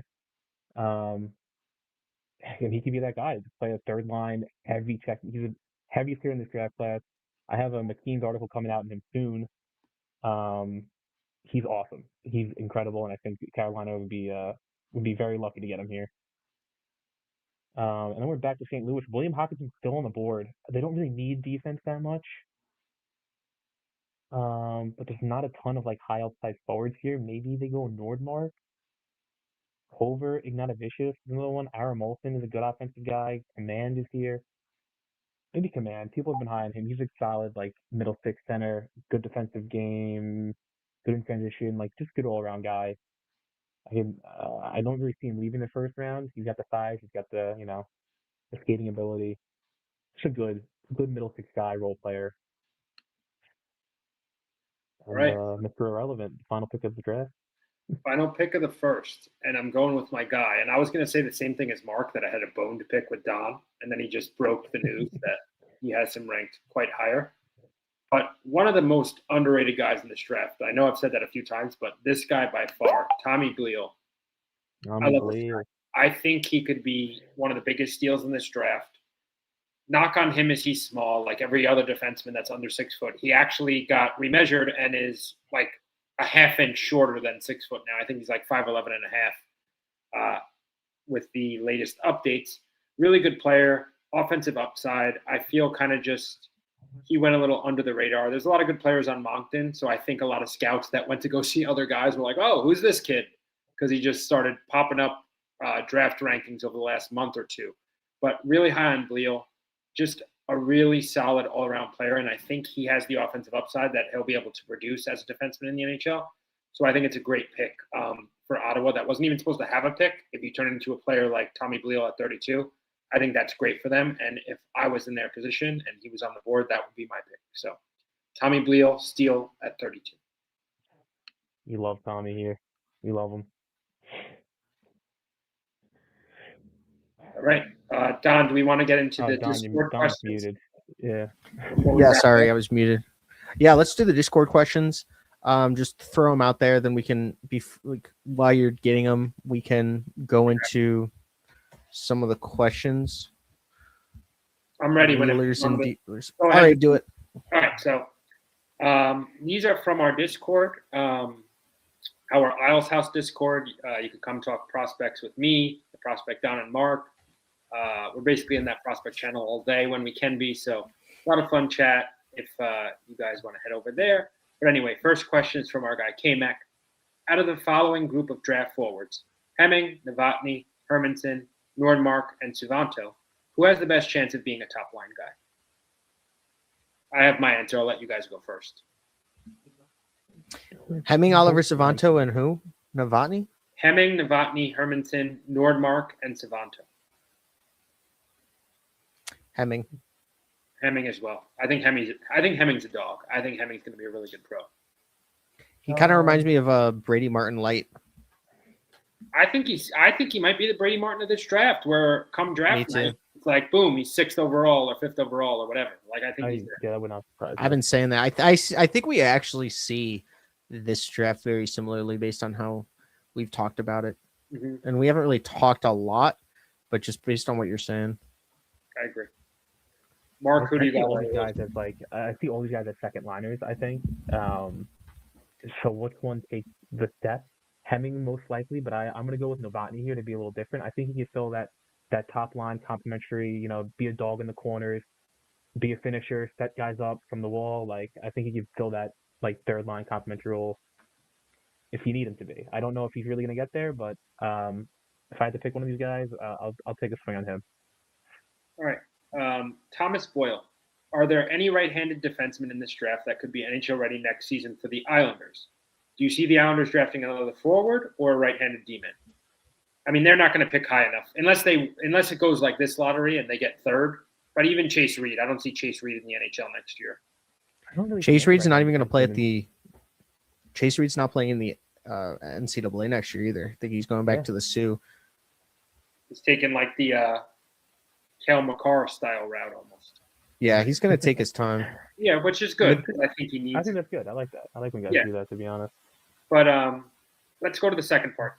Do you see them drafting a forward or a right-handed D-man? I think we're all in agreement on best player available. But yeah, I think like the Ryan Linds of the world, or what? The only I see them like a Ryan Lynn, Yuho could be a really good pick for them. It's a little too safe for me at 13 if they land at 13, but that would be a really good pick. And then as far as forwards, I would say if one of these really good guys fall, you could pass it on Lawrence or Bjork. That's who I'm Lawrence, Bjork, and then if one of the big boys, if a Belichick falls, I wouldn't mind that. Yeah, there's a lot of forwards in this area where they take him at 13. It's that's a fine pick. Right. Even we talk about Novotny, Hermanson, all those guys. Not really Nordmark, but the rest of them, all those forwards in that area are great selections for the Islanders, I think. Yeah, and I think the Islanders at 13 is actually obviously you'd rather be higher, but I think 13 is a nice spot in that you might have teams, for lack of a better term, reach on guys before that, where you will have some of these forwards slide to you at 13. Where when they were looking like they'd make the playoffs and pick 18, 19, I didn't really feel that way. I'm like, okay, they're not going to get any of these dogs at the top of this draft where you're super excited. Now I do. Obviously, I would have preferred them making the playoffs, but now I do feel as far as the draft that you could have one of these really exciting prospects fall to you. I mean, look at last year. You had Eklund fall to you at 16. I think we could very well have another Victor Eklund-like situation this year with the Islanders. And if they don't fall, I think trading back is very reasonable because this middle of the draft is very deep. And if you can get fall back 5 spots and pick up a late first or a couple seconds, I don't think that's a bad thing to do. Yeah, and I think in that scenario too, Mark, I think if you were to trade back, then you target the Yuhos of the world, the really exactly. Yeah, take you out at 18 if like you to drop back there, like that's fine. Right. But kind of leads into Stephen B9's question. Any guys who are projected to go top 7 to 10 who you could see falling? Let's each name one. Who could fall Okay. the Islanders that would be – let's try to keep them different too. So, Don, why don't you go first as the non-Isles guy? Yeah, Tynan Lawrence, or actually even Vigo Bjork, either of those guys. I'd be ecstatic at either of those. Oh, my God. Wait, another question, but if Tynan Lawrence and Vigo Bjork on the board, who are you taking personally? Oh, it's so I don't someone know. asked Either me this one, on Twitter. either one are fine to me. I think in my rankings, I think I have Bjork ahead of him, of Lawrence, but either one are. I think they're very similar players, to be honest. I think in the fact that they can play like the complete two-way game and they're both kind of dogs in the puck. I think Bjork has a little bit more offensive zone skill, but Lawrence is a bit more pace and like transition game. And you can go either way. I think I lean Bjork, but I mean, I feel like Lawrence is probably going to go ahead of him. Yeah, that's how I feel too. Like I have Bjork ranked ahead of Lawrence, but in my mind, Lawrence is getting drafted ahead of Bjork. Like that's the thing here when you do draft rankings. They're like your personal rankings, but it's not always how you think it's going to go. Like I like Bjork because I think the ceiling's crazy, but Yeah. I understand why NHL GMs would select Lawrence before him. So if it was me, I would probably take Bjork. If it's the Islanders, I think they would take Lawrence. That's fair, yeah. And then I will say that for the Islanders, I would love to pair Bjork with Eklund. I love drafting friends when you're not losing any value. When it's just an addition to the value. And then the Isles love friends. Yeah, Frondell sees his two buddies in the Islanders. Maybe he walks away from Chicago. No, wait. That's not what I was. All right. First of all, one of the things is I could totally see a scenario where like the Ducks traded up to try to get like Vigo if he's falling past like 16 because they're just building the Swedish Avengers. Like I could totally see that, or like even the Canucks could do it too because they love, like, let's say the Canucks go Stenberg. I think that they could totally go with a like Bjork. Right now, Sweden is one of the top producers of talent in the outside of the North America. Like you have to just pair these guys up. What they do on the defensive side in their B game and playing in the SHL is just fantastic. And I feel like they always end up falling. Like they're always so deep, and you can find them in the second round, like Genborg last year and Gastream. Like, oh yeah, what? How did Eddie fall that? In this draft, people are like over. Like, there's guys like Adam Anderson, who I'm super high on, is like in like the mid-second round, and I feel like he's going to be a guy who can be a top 6 center one day. You know, if things click, they have complete players who play hard. Isles rumor said he'd take Lawrence over Bjork. Either one is fine. Yeah, if they're in that situation, I would just I'm like fine if they flip the coin. Like that's such if Darsh passes on him, that I'll be. Oh my god! If they were both available and it was like, oh, you hope Pepperine, I'd be like, this fucking guy. All right, next question. MK9494. Who are your guys' dream picks for the Isles or realistic picks in our range? Pick one each. I think we kind of just did that. I think we'd all kind of say Lawrence or Bjork are the dream, but also somewhat realistic guys, right? With Bjork probably being a little more realistic because of the size concerns. Honestly, my dream pick for the Islanders is Daxon Rudolph. I love him dude, I love Daxon Rudolph. On some lists, he's third. You're trying to get yourself locked in the sauna by me and Mark, bro.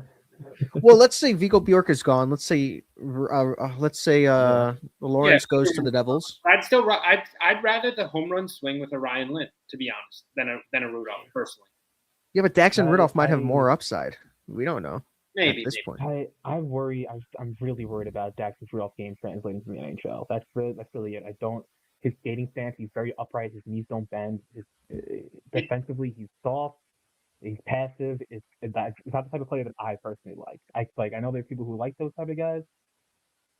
His offensive game is really good. He's not a guy that I would want in the Islanders system.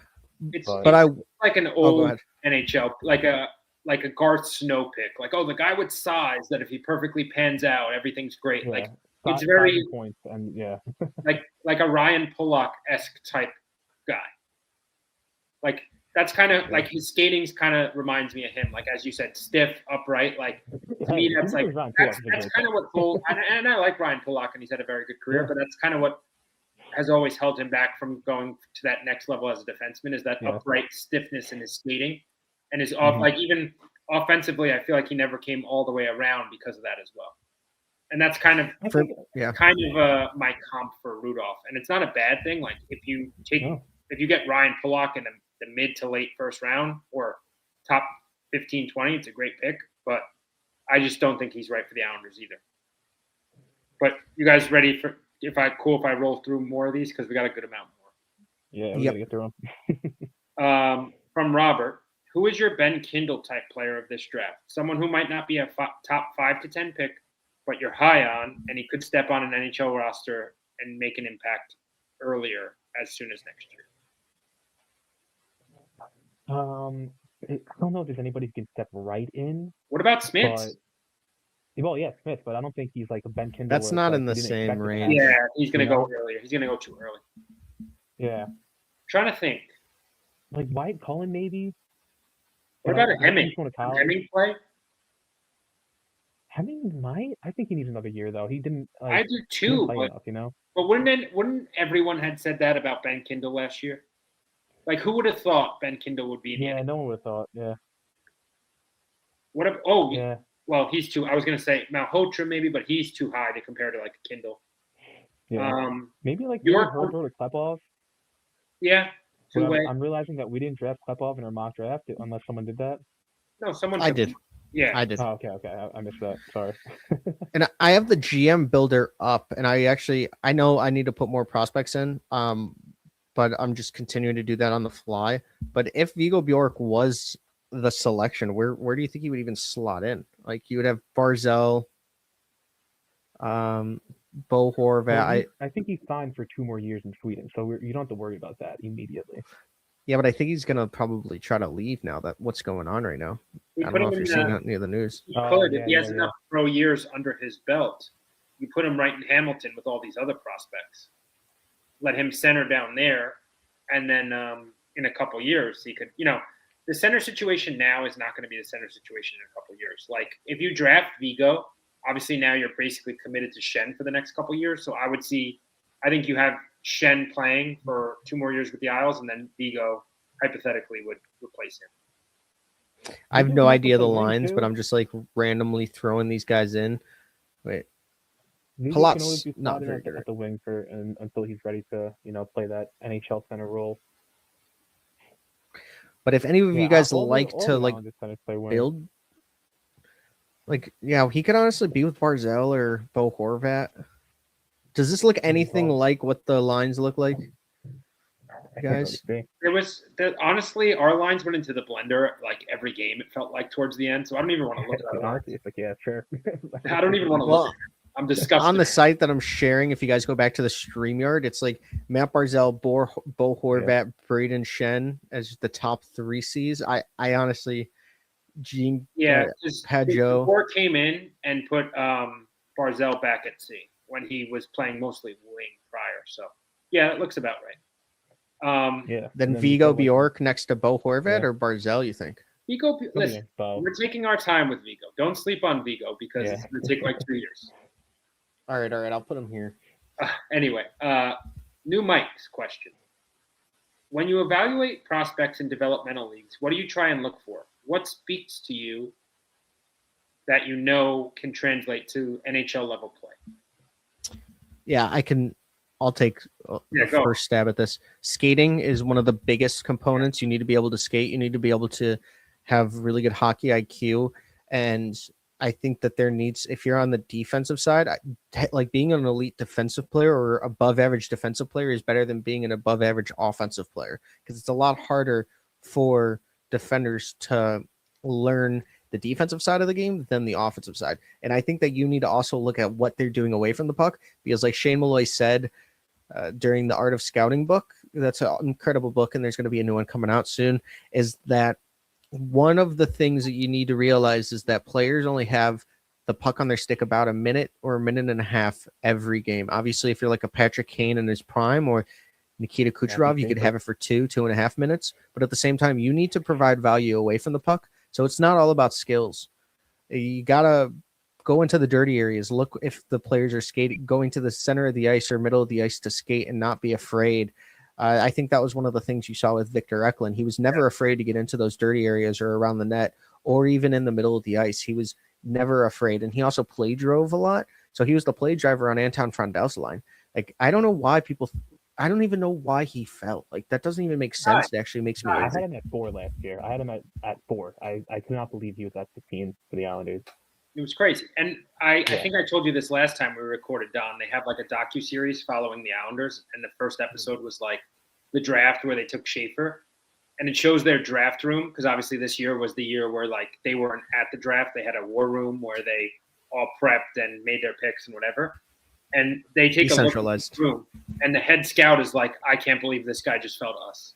He literally says like 5 picks before, if Eklund and Aitchison fall, I'm going to be doing cartwheels, and they literally ended up with those 2 players. So obviously there's a component behind it that like it could be cut that way and make it seem even more so from the editing. But I truly do believe that because even watching as a fan, I'm watching like, oh my God, is Eklund actually going to fall? Like I was nervous that the couple picks before because I'm like, oh, please just fall. Please just fall. Like you knew that was the guy you won. But I agree with Don's answer there. Like the skating is very important in today's NHL and the away from the puck stuff, and as well as the like just the mentality of the game. Like you said, like none of us understand how Victor Eklund fell because you watch him play and you're like, okay, he doesn't have the size, but he has literally everything else it seems. But anyway, Data Dom. Yeah, no, you skip right over me, Rocco. That's fine. Oh, I'm sorry. I thought you kind of just no. Go ahead. I was gonna largely agree with you guys. The number one thing I look for personally is always to compete, like the off-puck game. Like, can you battle? Can you win pucks in the corners? That's such a huge part of the NHL. And it doesn't matter how big you are. You have guys like Ryan Rubrick who don't win battles even though they're huge, and you have guys like Victor Eklund who are 5'11" and win every battle they're in. That's what I look for. Guys who can create a difference constantly without the puck on their stick. And then everything else is a plus after that. Like, because then you can kind of like work around things. If you're not the best skater, if you have the brain, you can make the lack of feet work, like Big O Bjork does, or even like a Ben Kindle. He's not like, this next level skater, but he has such an intelligent brain that he just like gets to his spots faster because he knows where to be. So it's the IQ and the compete, those are huge for me. Very good answer. I agree. Data Dom, is there a better chance we see some teams reach in the first round based on size or based on positional need? I'm going to say size. What? I feel like teams always reach on size.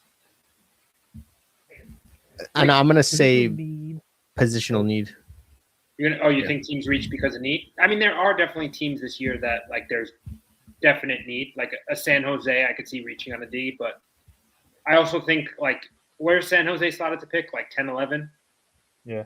Like this draft is so heavy on defensemen that I think it won't really be like to me, if they were to take a Ryan Lynn or a Rudolph or whomever there, that's not really a reach to me. And I think it's deep enough defensively that it won't be a reach. But I do think we could, and I like Hemming, but I think we could see people reach on Hemming, even a Malhotra. Like I think Malhotra is going to be a little bit of a reach too, just because a lot of teams are going to have him as their highest rated center, and it's not a great center draft. And teams just feel the need, like, oh, we want a franchise center. This is the best center in the draft. This is our guy. I like Malhotra. I'm not trying to knock him. I just wouldn't put him as like a number 3 or number 4 prospect in most draft classes. Like if we went back to 2025, like there's a number of forwards I'm taking over Malhotra. I'm taking Misa. I'm taking Frondell. I'm taking James Higgins. Desnoyers. Yeah. There's like a lot, and obviously now it's easy to say because they've had a full year, but even pre-draft, like there's like, I don't know what I'd rank him forward-wise in the 25 class, but I'm not sure he's in the top 5. I think he's very similar to Desnoyers and Martin, and I had Desnoyers and Martin at like I think 10 or 11 and like 13, where like I didn't see the upside that everybody else saw, but I think they can be really good, like middle six, like solid second line centers, and that's not a knock, but like I don't see the top 5 upside. Yeah, Malhotra's not going to be at the Isles pick. If the Islanders win the lottery and get 3, they might. I wouldn't hate that. If he was at 13, like that's great. Oh, that's a great. That's what I'm saying. Like, I think Malhotra's a great pick. 7, 8, 9, 10. I think he's a little bit of a reach. Like if he gets to go third overall, like I don't think he's the typical. And again, I like his game, and he might prove me wrong and be this juggernaut center. But I see him more as like a guy that's very good player, good two-way game, but doesn't put up like a ton of points for a guy you expect. At like when you pick number 3, number 4, you expect that guy to come in and be like 60, 70 point player at least, right? Like Malhotra might be that for a couple years in his prime, but I don't know how long he's going to like. That might be the peak for him, right? Like I don't see. Usually when you draft second, third overall, you're hoping the peak is point per game type player. I don't know if that's him. If that's fair. Yeah, for me, it's like I'm really high on Malhotra, but let's say the Islanders do get the third spot. I think you have to go Chase Reed or Verhoff. Like, dude, that's just a multiplier with Matthew Schaefer. And I couldn't even imagine Matthew Schaefer with like a Dobson level right-handed defenseman. And not to like throw a jab there, but you guys got great value in that trade. Yeah. I don't care. So it's not even like that. I'm just saying, like Jarvis, we're fine. I just I looked down and I just saw Mark's cats coming at him, and I just love that. My dog does that all the time too. But yeah, I think the Islanders are in such a good spot because 13 is such a weird one that like you remember in 2024 when you had like Jet Luchenko go before like a guy like Zeev Boyum, and it like changed their franchise. Like that's what's going to happen to the Islanders. Someone's going to make a mistake, and the Islanders just need to press best player available. That's what I'm saying. That's why I like their spot at 13. They're in that spot where like this draft is deep enough that one or two teams make a mistake, they could get a really good prospect. That honestly, like if they make the right pick at 13, because in all likelihood that's where they're picking, they make the right pick, like their prospect pool could look real nice. You have Schaefer and Richie already in the NHL at a young age. Eklund made his debut, only played one game, but I think is a very good prospect. Aitchison, I think, could kind of be boom or bust, but another good prospect, plus all the depth. Like, if you hit, like, say you get a Vigo Bjork and you hit on that, suddenly, like, you're looking really good for the future. But next question's from A. Lupo. More for prospect Don, as I've heard Rocco and Mark's opinion, but was it surprising to you that Eklund and Aitchison both fell to the Islanders the way they did last year? Yeah, 100%. I think we just touched on this too, but for me, Eklund was a player that I wanted my favorite team to go up and grab. Actually, when we were doing the media scrum for Anton Frondel, I have a cool video of Anton Frondel being like, "Is Victor Eklund taken?" And we were like, "No, he hasn't been taken yet." He was like, "What? Like, how is no one taking him?" And I was just like, "Yeah, that's so true." And obviously that's his best friend. I was talking to Anton like Tuesday or the day before Victor Eklund debuted, and he was like, "Victor Eklund is amazing. Like I don't understand again how he didn't get drafted, and like he is so strong.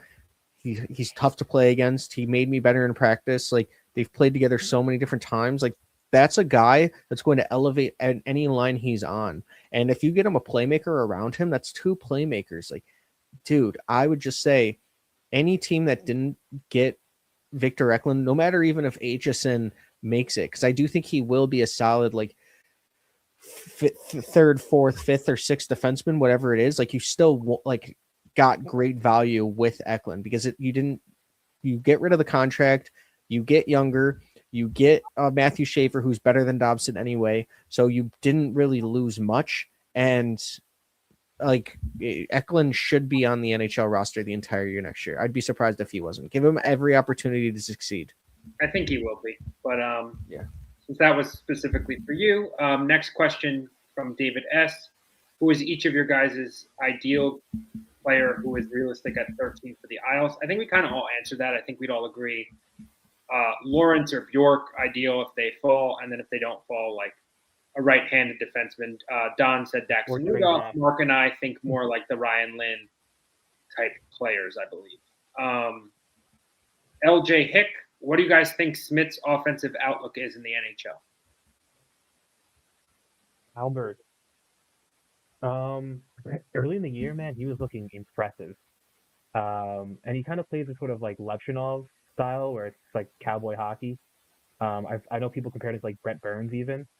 I don't know if the production will ever be as high as Burns, but he plays just like a wild style in the offensive zone when he's like really confident in feeling himself.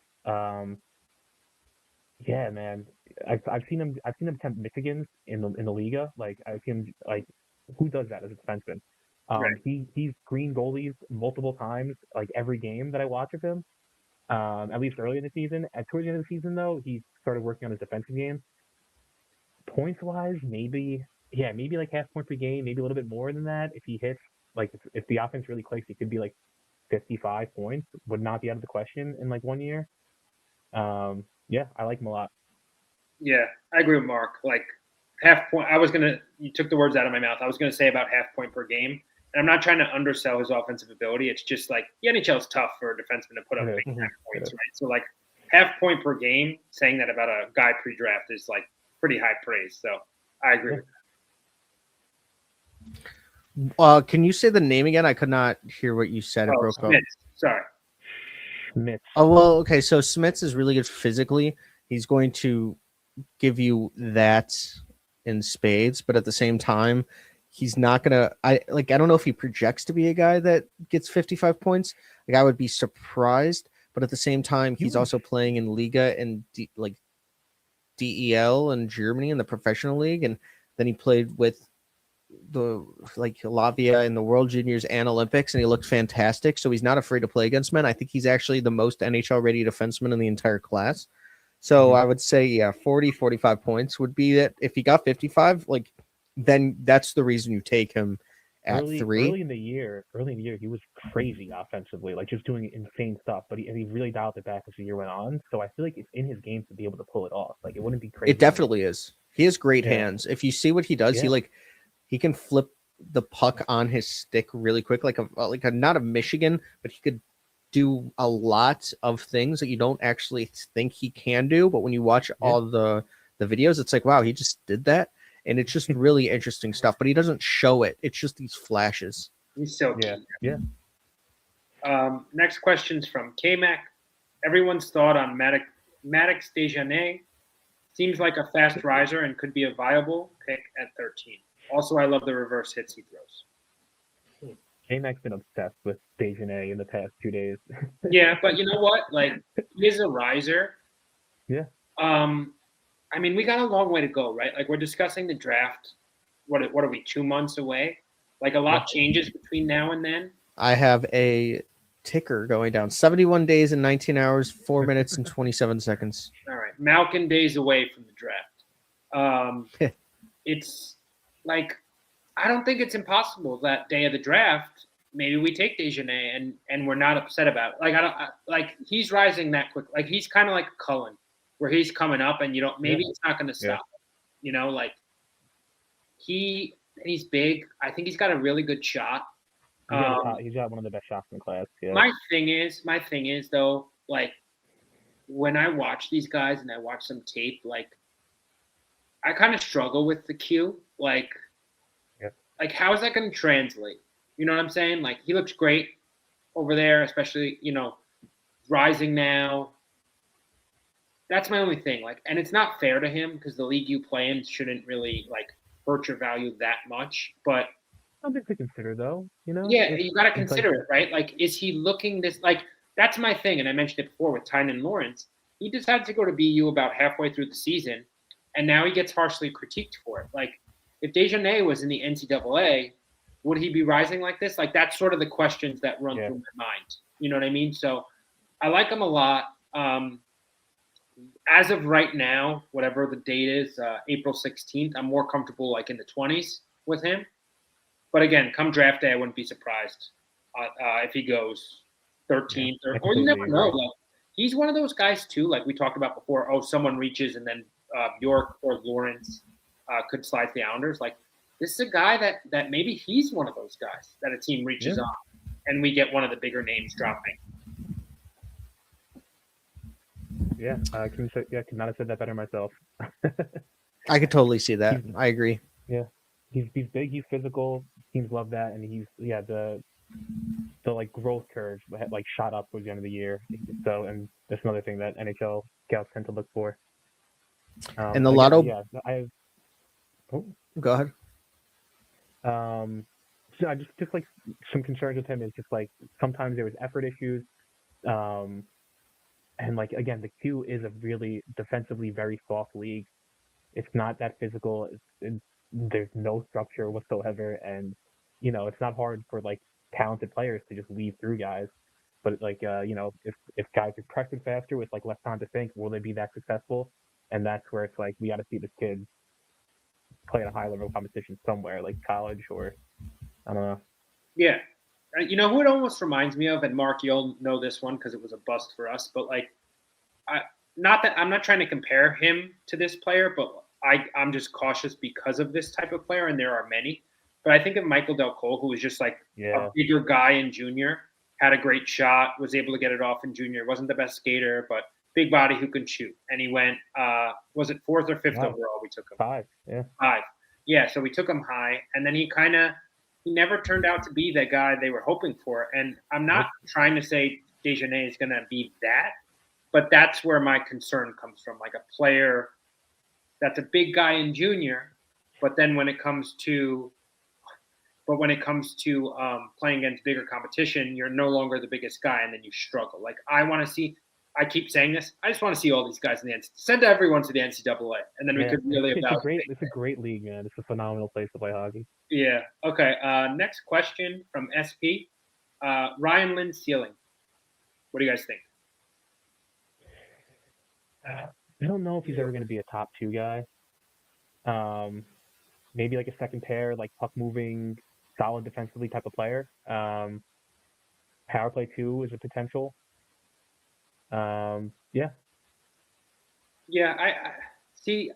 It's funny too because he's one of those guys. I feel like when the draft turns over, like 25 ends and we're looking at 26, I feel like he was ranked super high at the beginning of this draft process. Elite Prospect was in love with him. Yeah, I like him a lot too, but I agree with I agree with you, Mark. Like I think maybe it's just consistency issues. You can watch a game and he looks phenomenal, and then watch the game and he's just like a dud. So he's a frustrating one to watch sometimes.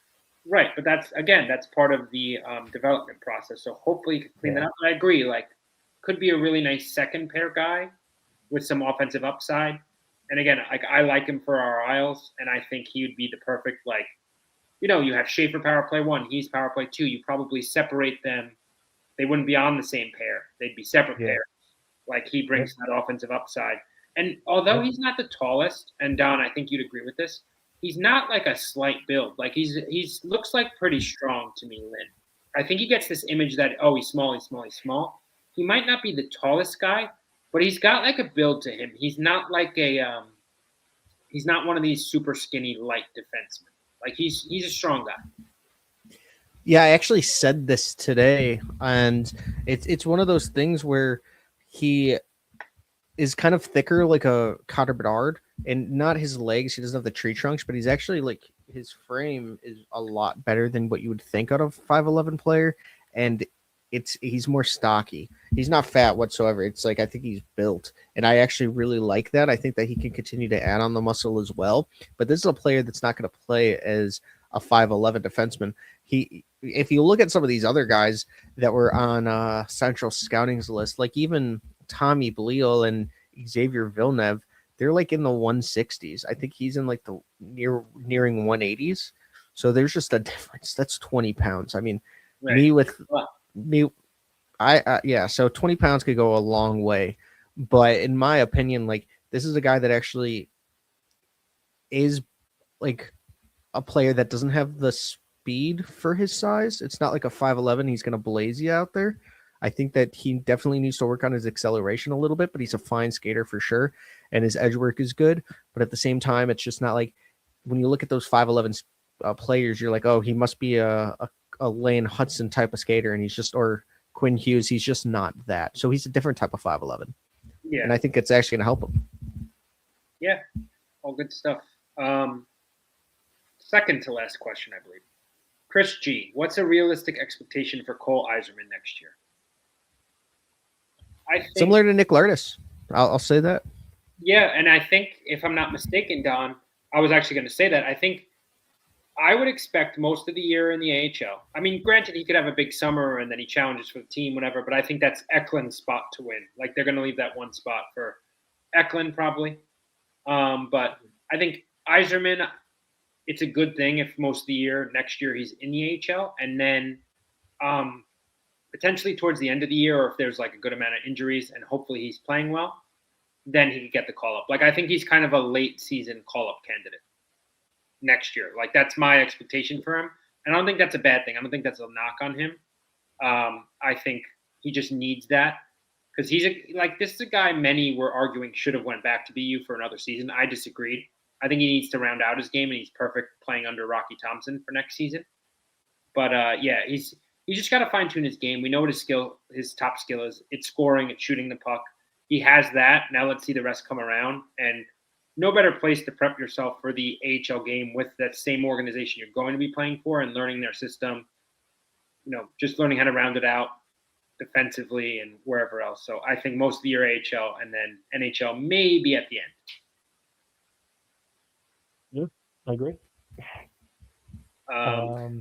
Yeah, I mean, what a fantastic sniper. I mean, another Islanders draft pick that was just an absolute steal. He was the number 2 overall pick in summer scouting, even as far as like 12 months before that draft class.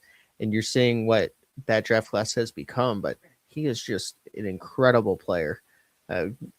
He can't stop scoring. He's a magnet to the net.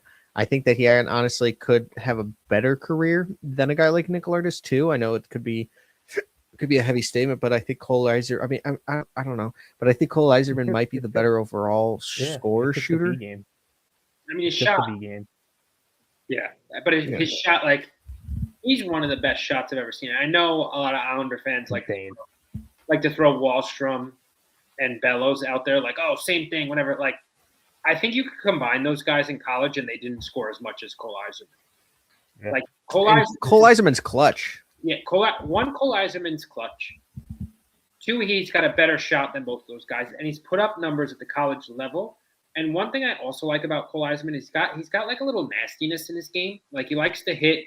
He gets really into the game, and I feel like when the moment's big, he's big enough to rise to that moment. So I'm still high on Cole Yzerman. I know a lot of people like kind of fell off on him, but I don't think he'll be like a superstar, but I think he's a guy that could end up like the rest of his game might not be great, but I could see him scoring 30 goals in the NHL. If he does like some power skating over the summer and like really gets like I don't know, his legs under him like really well, he could be a dangerous player one day. But like he needs his skating has come a long way, and again his like just the B game, the defensive stuff, like knowing where to be, what to do on breakouts, and but if that comes along, man, he could be a really impressive player, Yeah, and I think the taste of the AHL and pro hockey is good for him because it's going to show him like what he needs to work on. I'm not saying that doesn't happen at the college level, but I think when you move up a level and everyone you're playing with is trying to make it to the NHL, like right away, right now, as they're playing, you see what they have and maybe what you don't, and then you're going to go in and have a strong summer if you have the proper mentality, which I think Cole does. But he wants to be better. You can tell. Yeah, like this kid, like every time I hear him in interviews and just like see his whole vibe, just like a hockey god. You know what I mean? Like I feel like he's like everything he does in his life is probably around hockey. Like even I think I heard him. I want to say it was the Empty Netters pod, and they were asking him like, "Oh, if you weren't playing hockey," and he was one of those guys like, "I've just never thought about anything else." Like he couldn't even answer the question. Like he's one of those guys. Which honestly, on my team, I like that. But last question from SP: which defenseman who will be available in the Isles range would be the best fit for Schaefer? I have an immediate answer. Yeah, best fit. I think it's Pipparainen. Yes, completely agree, Mark. If we win the lottery, then the best fit is probably Verhoff to be his partner, where Reed might be the slightly better player. But yeah, the best guy in like the teens to 20s, Pipparainen is a great like 1-2 punch with Schaefer. But I think Pipparainen too. Like I keep saying, like if we had made the playoffs, that would be like a perfect pick. But now that we're at 13, it feels a little high. I wouldn't be shocked if the Islanders go through interviews and whatnot and just fall in love with this kid and take him at 13, especially if those top level forwards are gone. and you're going to tell me they go Yuho instead of Lynn, I'm not crazy upset. I would rather Lynn put a home run swing, but I do think Pipperainen, like, if he develops properly, I actually think he's like perfect partner for Schaefer. But I also think when you're drafting that high, you take the home run swing because you can find the perfect partner with Schaefer for Schaefer through trades and whatnot. But yeah, development wise, I think Pipperainen would be perfect. Yeah, it's just he complements his game so well because Yuho's a very strong skater. He can kind of, I mean, no one can keep up with Schaefer, but he can like kind of do it. And just defensively, he is so rock solid. He's pretty physical. He's great gap control, and he's a really good like transporter of the puck. Like there's very minimal offensive game there, but as like a solid like guy to partner up with, Schaefer to carry the offense, I think he's a great partner for him.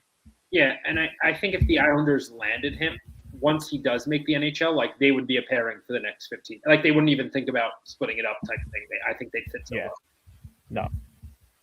I could see a scenario where, let's say, the Sharks took somebody that was falling. Let's say like a Hemming was somebody that they were like, we need a guy like Hemming on our team to fill out our bottom six, right? Whatever it is. And then you're like, okay, we're there. The Islanders are at 13 and Daxton Rudolph is on the board. Let's trade up, give them 17, and we'll give them like a second or third round pick. I could totally see the Sharks doing that. I mean, the Islanders and the Sharks doing that. Because the Islanders only have, like I said, one pick inside the top 108. So at the same time, I feel like they could gain those assets if Pipperainen is the guy that they want. But Pipperainen is a guy that, like I gave Foley.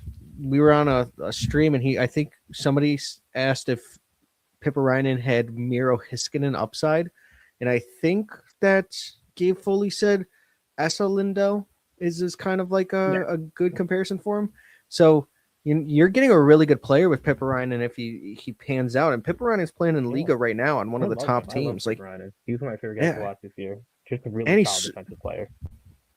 Yeah, and his English is a little bad. It was kind of hard interviewing him and stuff. But at the same time, I feel like it's that just Matthew Schaefer's never like it's going to be so easy for those two to talk to each other.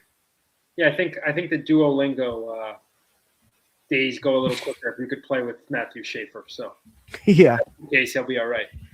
He'll be like, what do I do? Oh, I give it to Matthew Schaefer, and he skates up and scores. Exactly. But we had a couple of comments, which is one was Cole Iserman had his best game as a pro last night as well. He was all over the ice. You guys agree with that? I gotta watch the game when it comes up. I did see the 3 points. They were a bit empty calorie, but they might have been. Take points when we get them. Hey, three apples is 3 apples. 3 apples is 3 apples. Yeah. And what do you guys think of Dobson? One of them was unintentional. Because someone said Hardy at the blue line, just remembering Dobson not holding the line. What does he mean by that? Dobson wasn't the best walking the blue line, and like Dobson as advertised is supposed to be like a power play guy. I constantly said with him, like if he can't quarterback power play 1, like I didn't see the need for the Isles to give him that huge contract. Is he a good fit on the Canadiens? Yes, but at the time, you got to always look at things at the time of the trade too. And at the time of the trade, I thought they got good value, did well, especially for a situation where he was sort of picking his spot and you were sort of limited. Like you couldn't like leverage other teams into it because, a team like Montreal kind of knew that they were in the driver's seat, but you still did get a lot out of them. So I think overall they did well. But yeah, Dobson definitely did struggle at times. And there were really like a lot of low lights too, like thinking back on his tenure with the Isles, like one specifically. I remember this because I was at the game, the outdoor game against the Rangers. Like the overtime play is just like flopping around. Rangers put it was just like the whole thing was like a bad look. But I think it's a trade that's going to work out for both teams long term.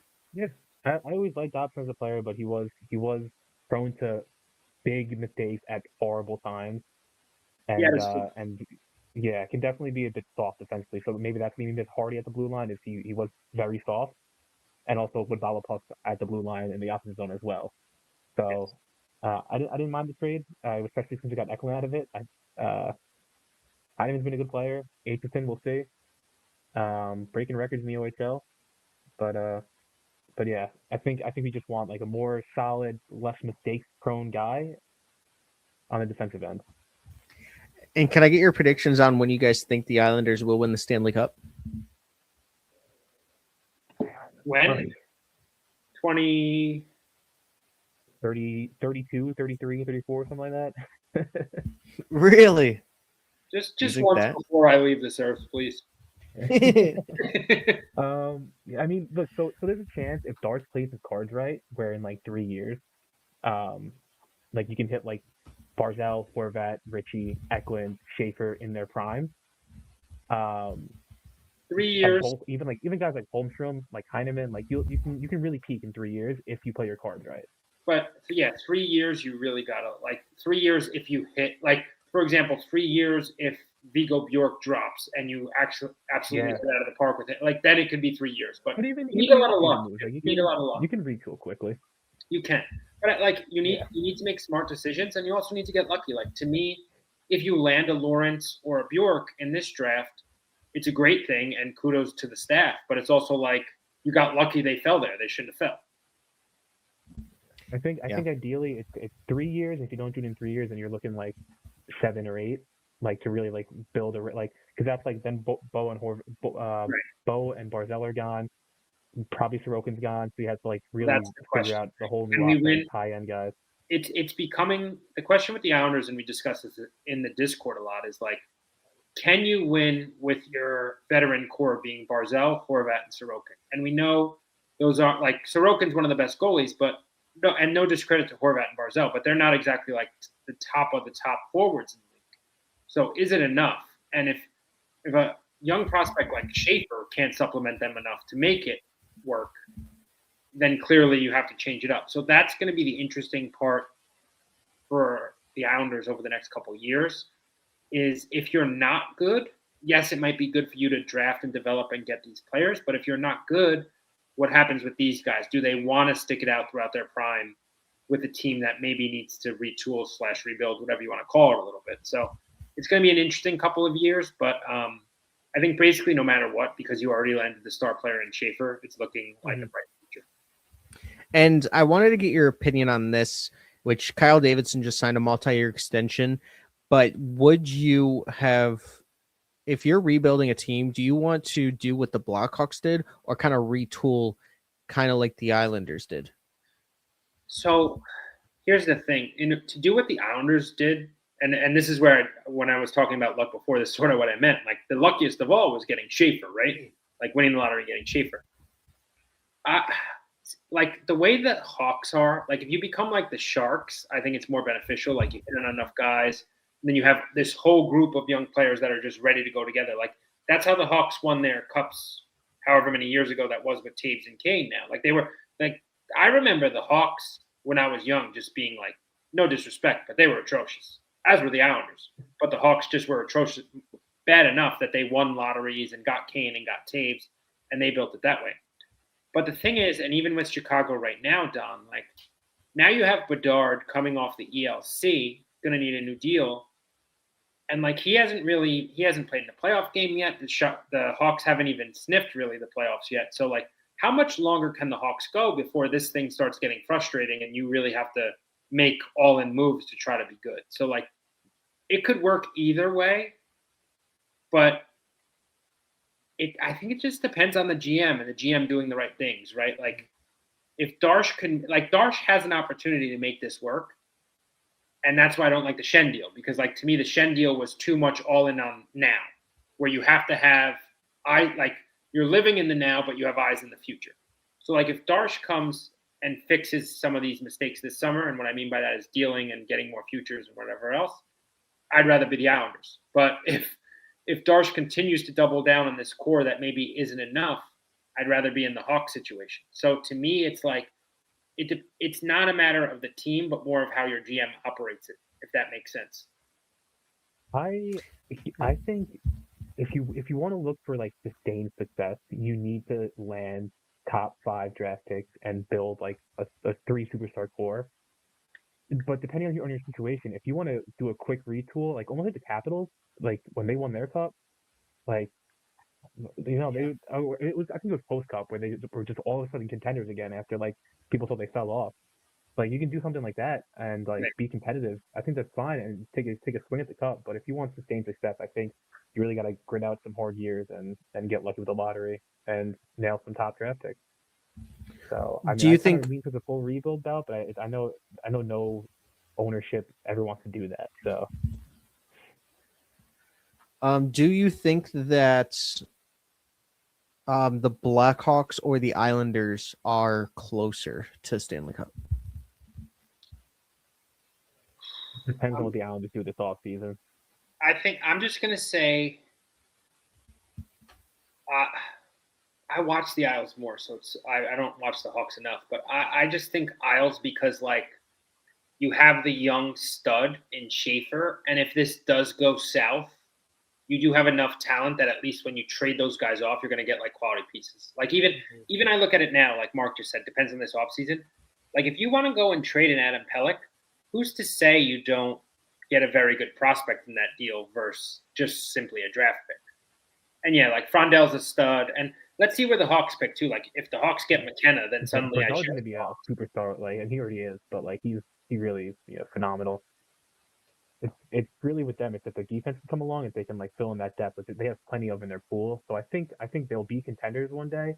It's just if Darce plays his cards right, the Islanders can like bounce back in a couple of years and probably get there first. But if he doesn't, then the Islanders are waiting, a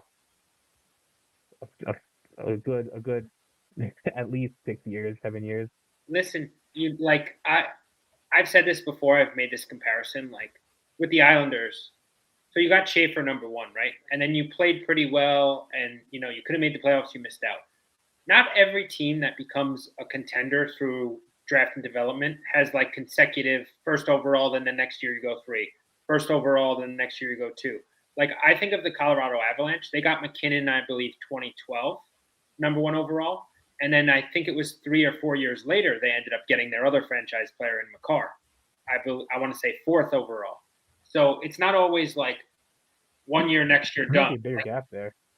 That's what I'm saying. Like sometimes there's a gap. Like there's a world maybe where the Islanders aren't great next year and have a high pick and land that other piece. Like we don't know. There's so many things that could happen. So from a GM's perspective, you just kind of have to live in the moment and figure it out. So like there's definitely 2 ways. Like there's the Chicago/San Jose way to like just strip it all down and build it from there. And then we've seen teams be successful doing it the Islanders way. Like I constantly compare them, at least who they should aspire to be, is Dallas. And like Barzal and Horvat become your Ben Sagan. And then you have all these young players around them that can supplement them and lift them to being a contender. But that requires having second round picks, which they created the way. Right. But you want to make it so you're no longer depending on them. And then getting Jason Robertson as a steal and getting Wyatt Johnson, that's what it was. Look at who's Tampa Bay's best player, a perennial contender. Who's their best player? Kucherov, second rounder. Exactly. Like a lot of these, like it's not all. Yes, you usually need like Tampa Bay's had a lot of Hedman, Stamkos. They picked high very often, like 09, 08, those sort of years. But a lot of these teams also land these guys that you're just like, wow, yeah, he's a stud. Like you're always going to need to land those type of players. And Point was a third rounder too, and they also got Brandon Hagel. So somebody is saying, Trevor is saying, take Makar, Hughes, or Werenski. All 3 of their contracts are up. I honestly would be very surprised if Makar or Hughes left, but Werenski could be an option. But I don't even think that would work. Isn't Makar eligible, extension eligible this summer? He's gonna sign with them. Yeah, he's going to sign a crazy. That's the reason they didn't sign Mikko. Yeah. You know what's funny too is I would bet you Makar's going to get paid, but he's not. I think he's the type of guy. He's not going to get paid like he could get paid. Like he's going to take a little off the top to try to keep them as contenders, which I respect. Like, listen. If you want to go get your money, go get your money. But at the same time, if you're like a homegrown guy and you just want to listen, I'm more about winning, and I want to play with McKinnon the rest of my career. Like I would if he just took like $2 or $3 million off that AAV, just so they can stay contenders. I see that happening. Like he's not going to be. And then, He might be the Go ahead. highest paid when he signs the deal, but he's not going to be the highest paid guy for long because he's going to take a little bit of a discount. that's why it's important for like the Blackhawks and the Sharks or whoever is extension eligible to try to get that max 7 years, because the salary cap is continuing to increase. So whatever you sign now is going to be very dirt cheap. Harder. Everybody was talking about Spencer Knight was an incredible deal. Frank Nazar was an incredible deal. Alex Vlasic. I don't know a lot of the Isles ones, but every single contract that's being signed right now is probably a good deal in the next 4 or 5 years. It's Yeah. just kind of the way it goes. Right. Yeah. I don't know if we. Let's see. Yeah. What are you guys doing your next stream for the house? I don't know. We got a couple guests lined up for IslesHouse. I know Mark and I are planning to do like a Isles top 10. You're always welcome for that, Don. So Hell yeah. we'll be doing that soon. But just want to thank everyone for tuning in and listening. Really fun pod. Yeah, I thanks for having me, guys. appreciate you guys coming on. I want to get your stuff up here. So I just want to get the numbers right. We had about 1,200 people tune in, so that was pretty cool already. And I appreciate all the comments. I wonder how many comments we even had, because that was a lot. But if you guys can go over here and follow both of these people. Give me a sec. Follow Rocco here. I gotta put it in there. Oh, it's in our StreamYard. It's in our names too, our Twitters. Yeah, Twitters. That's what I mean. So go follow Rocco. And if you guys want to see the IslesHouse podcast, it's an incredible podcast. They actually were like top 10 after the Matthew Schaefer thing, which is insane. So you guys definitely have to check that out. And then go check out Mark. Oh, it was right there. Give me a sec. Thank God I didn't search anything bad. Okay, we're good. And then yeah, Mark Doherty right here. This is him. And the god, dude, unreal. I'm working at McKean's Hockey. I'm their Russian video scout. So check out that. I have a Gleb Pugachev report coming out soon. Tweeting about prospects and Islanders. So Yeah, that's pretty awesome. When did you go with McKean's? around January, man, they put out a tweet saying they're looking for a guy to do European video scouting and Russian video scouting. And I applied. They told me, did a quick little interview process, wrote a little report for them, and they loved it. So That's been with awesome. them since January. I'm really looking forward to next year's Russian class. It's going to be awesome. Pravalov, Postyovi, Skvortsov, a lot of good players already, like looking like first round players, top 10 players, top 5 players. Pravalov I have in my top like 1 or 2. Yeah. Nazar is good. Next year's class. Nazar is really good. Skvortsov is so skilled too. Postyovi just putting up points relentlessly. It's a good time. Yeah, next year's class is absurd. I mean, Landon DuPont, Carter Myers, Privlov, a lot of the guys. That's an exciting class. The talent coming into the NHL is incredible. So the time to get into prospects is now. Go check out the IslesHouse, who talk about them so much, and subscribe to all of us. We're trying to get to 10 million subscribers. We're only 9.99 million away, so we're super close. But thank you guys so much for tuning in and joining us today. This is awesome. And again, be sure to join the lottery video that I'm doing. I'm giving away a couple jerseys before then. I have a James Haggins jersey release that Drop the Mitts has funded by Drop the Mitts, so definitely give him a follow too. And also a Connor Bedard jersey that I'll release in a couple days. But for now, thank you guys so much for tuning in and appreciate it. See you guys later. Thanks, Thank everyone. you.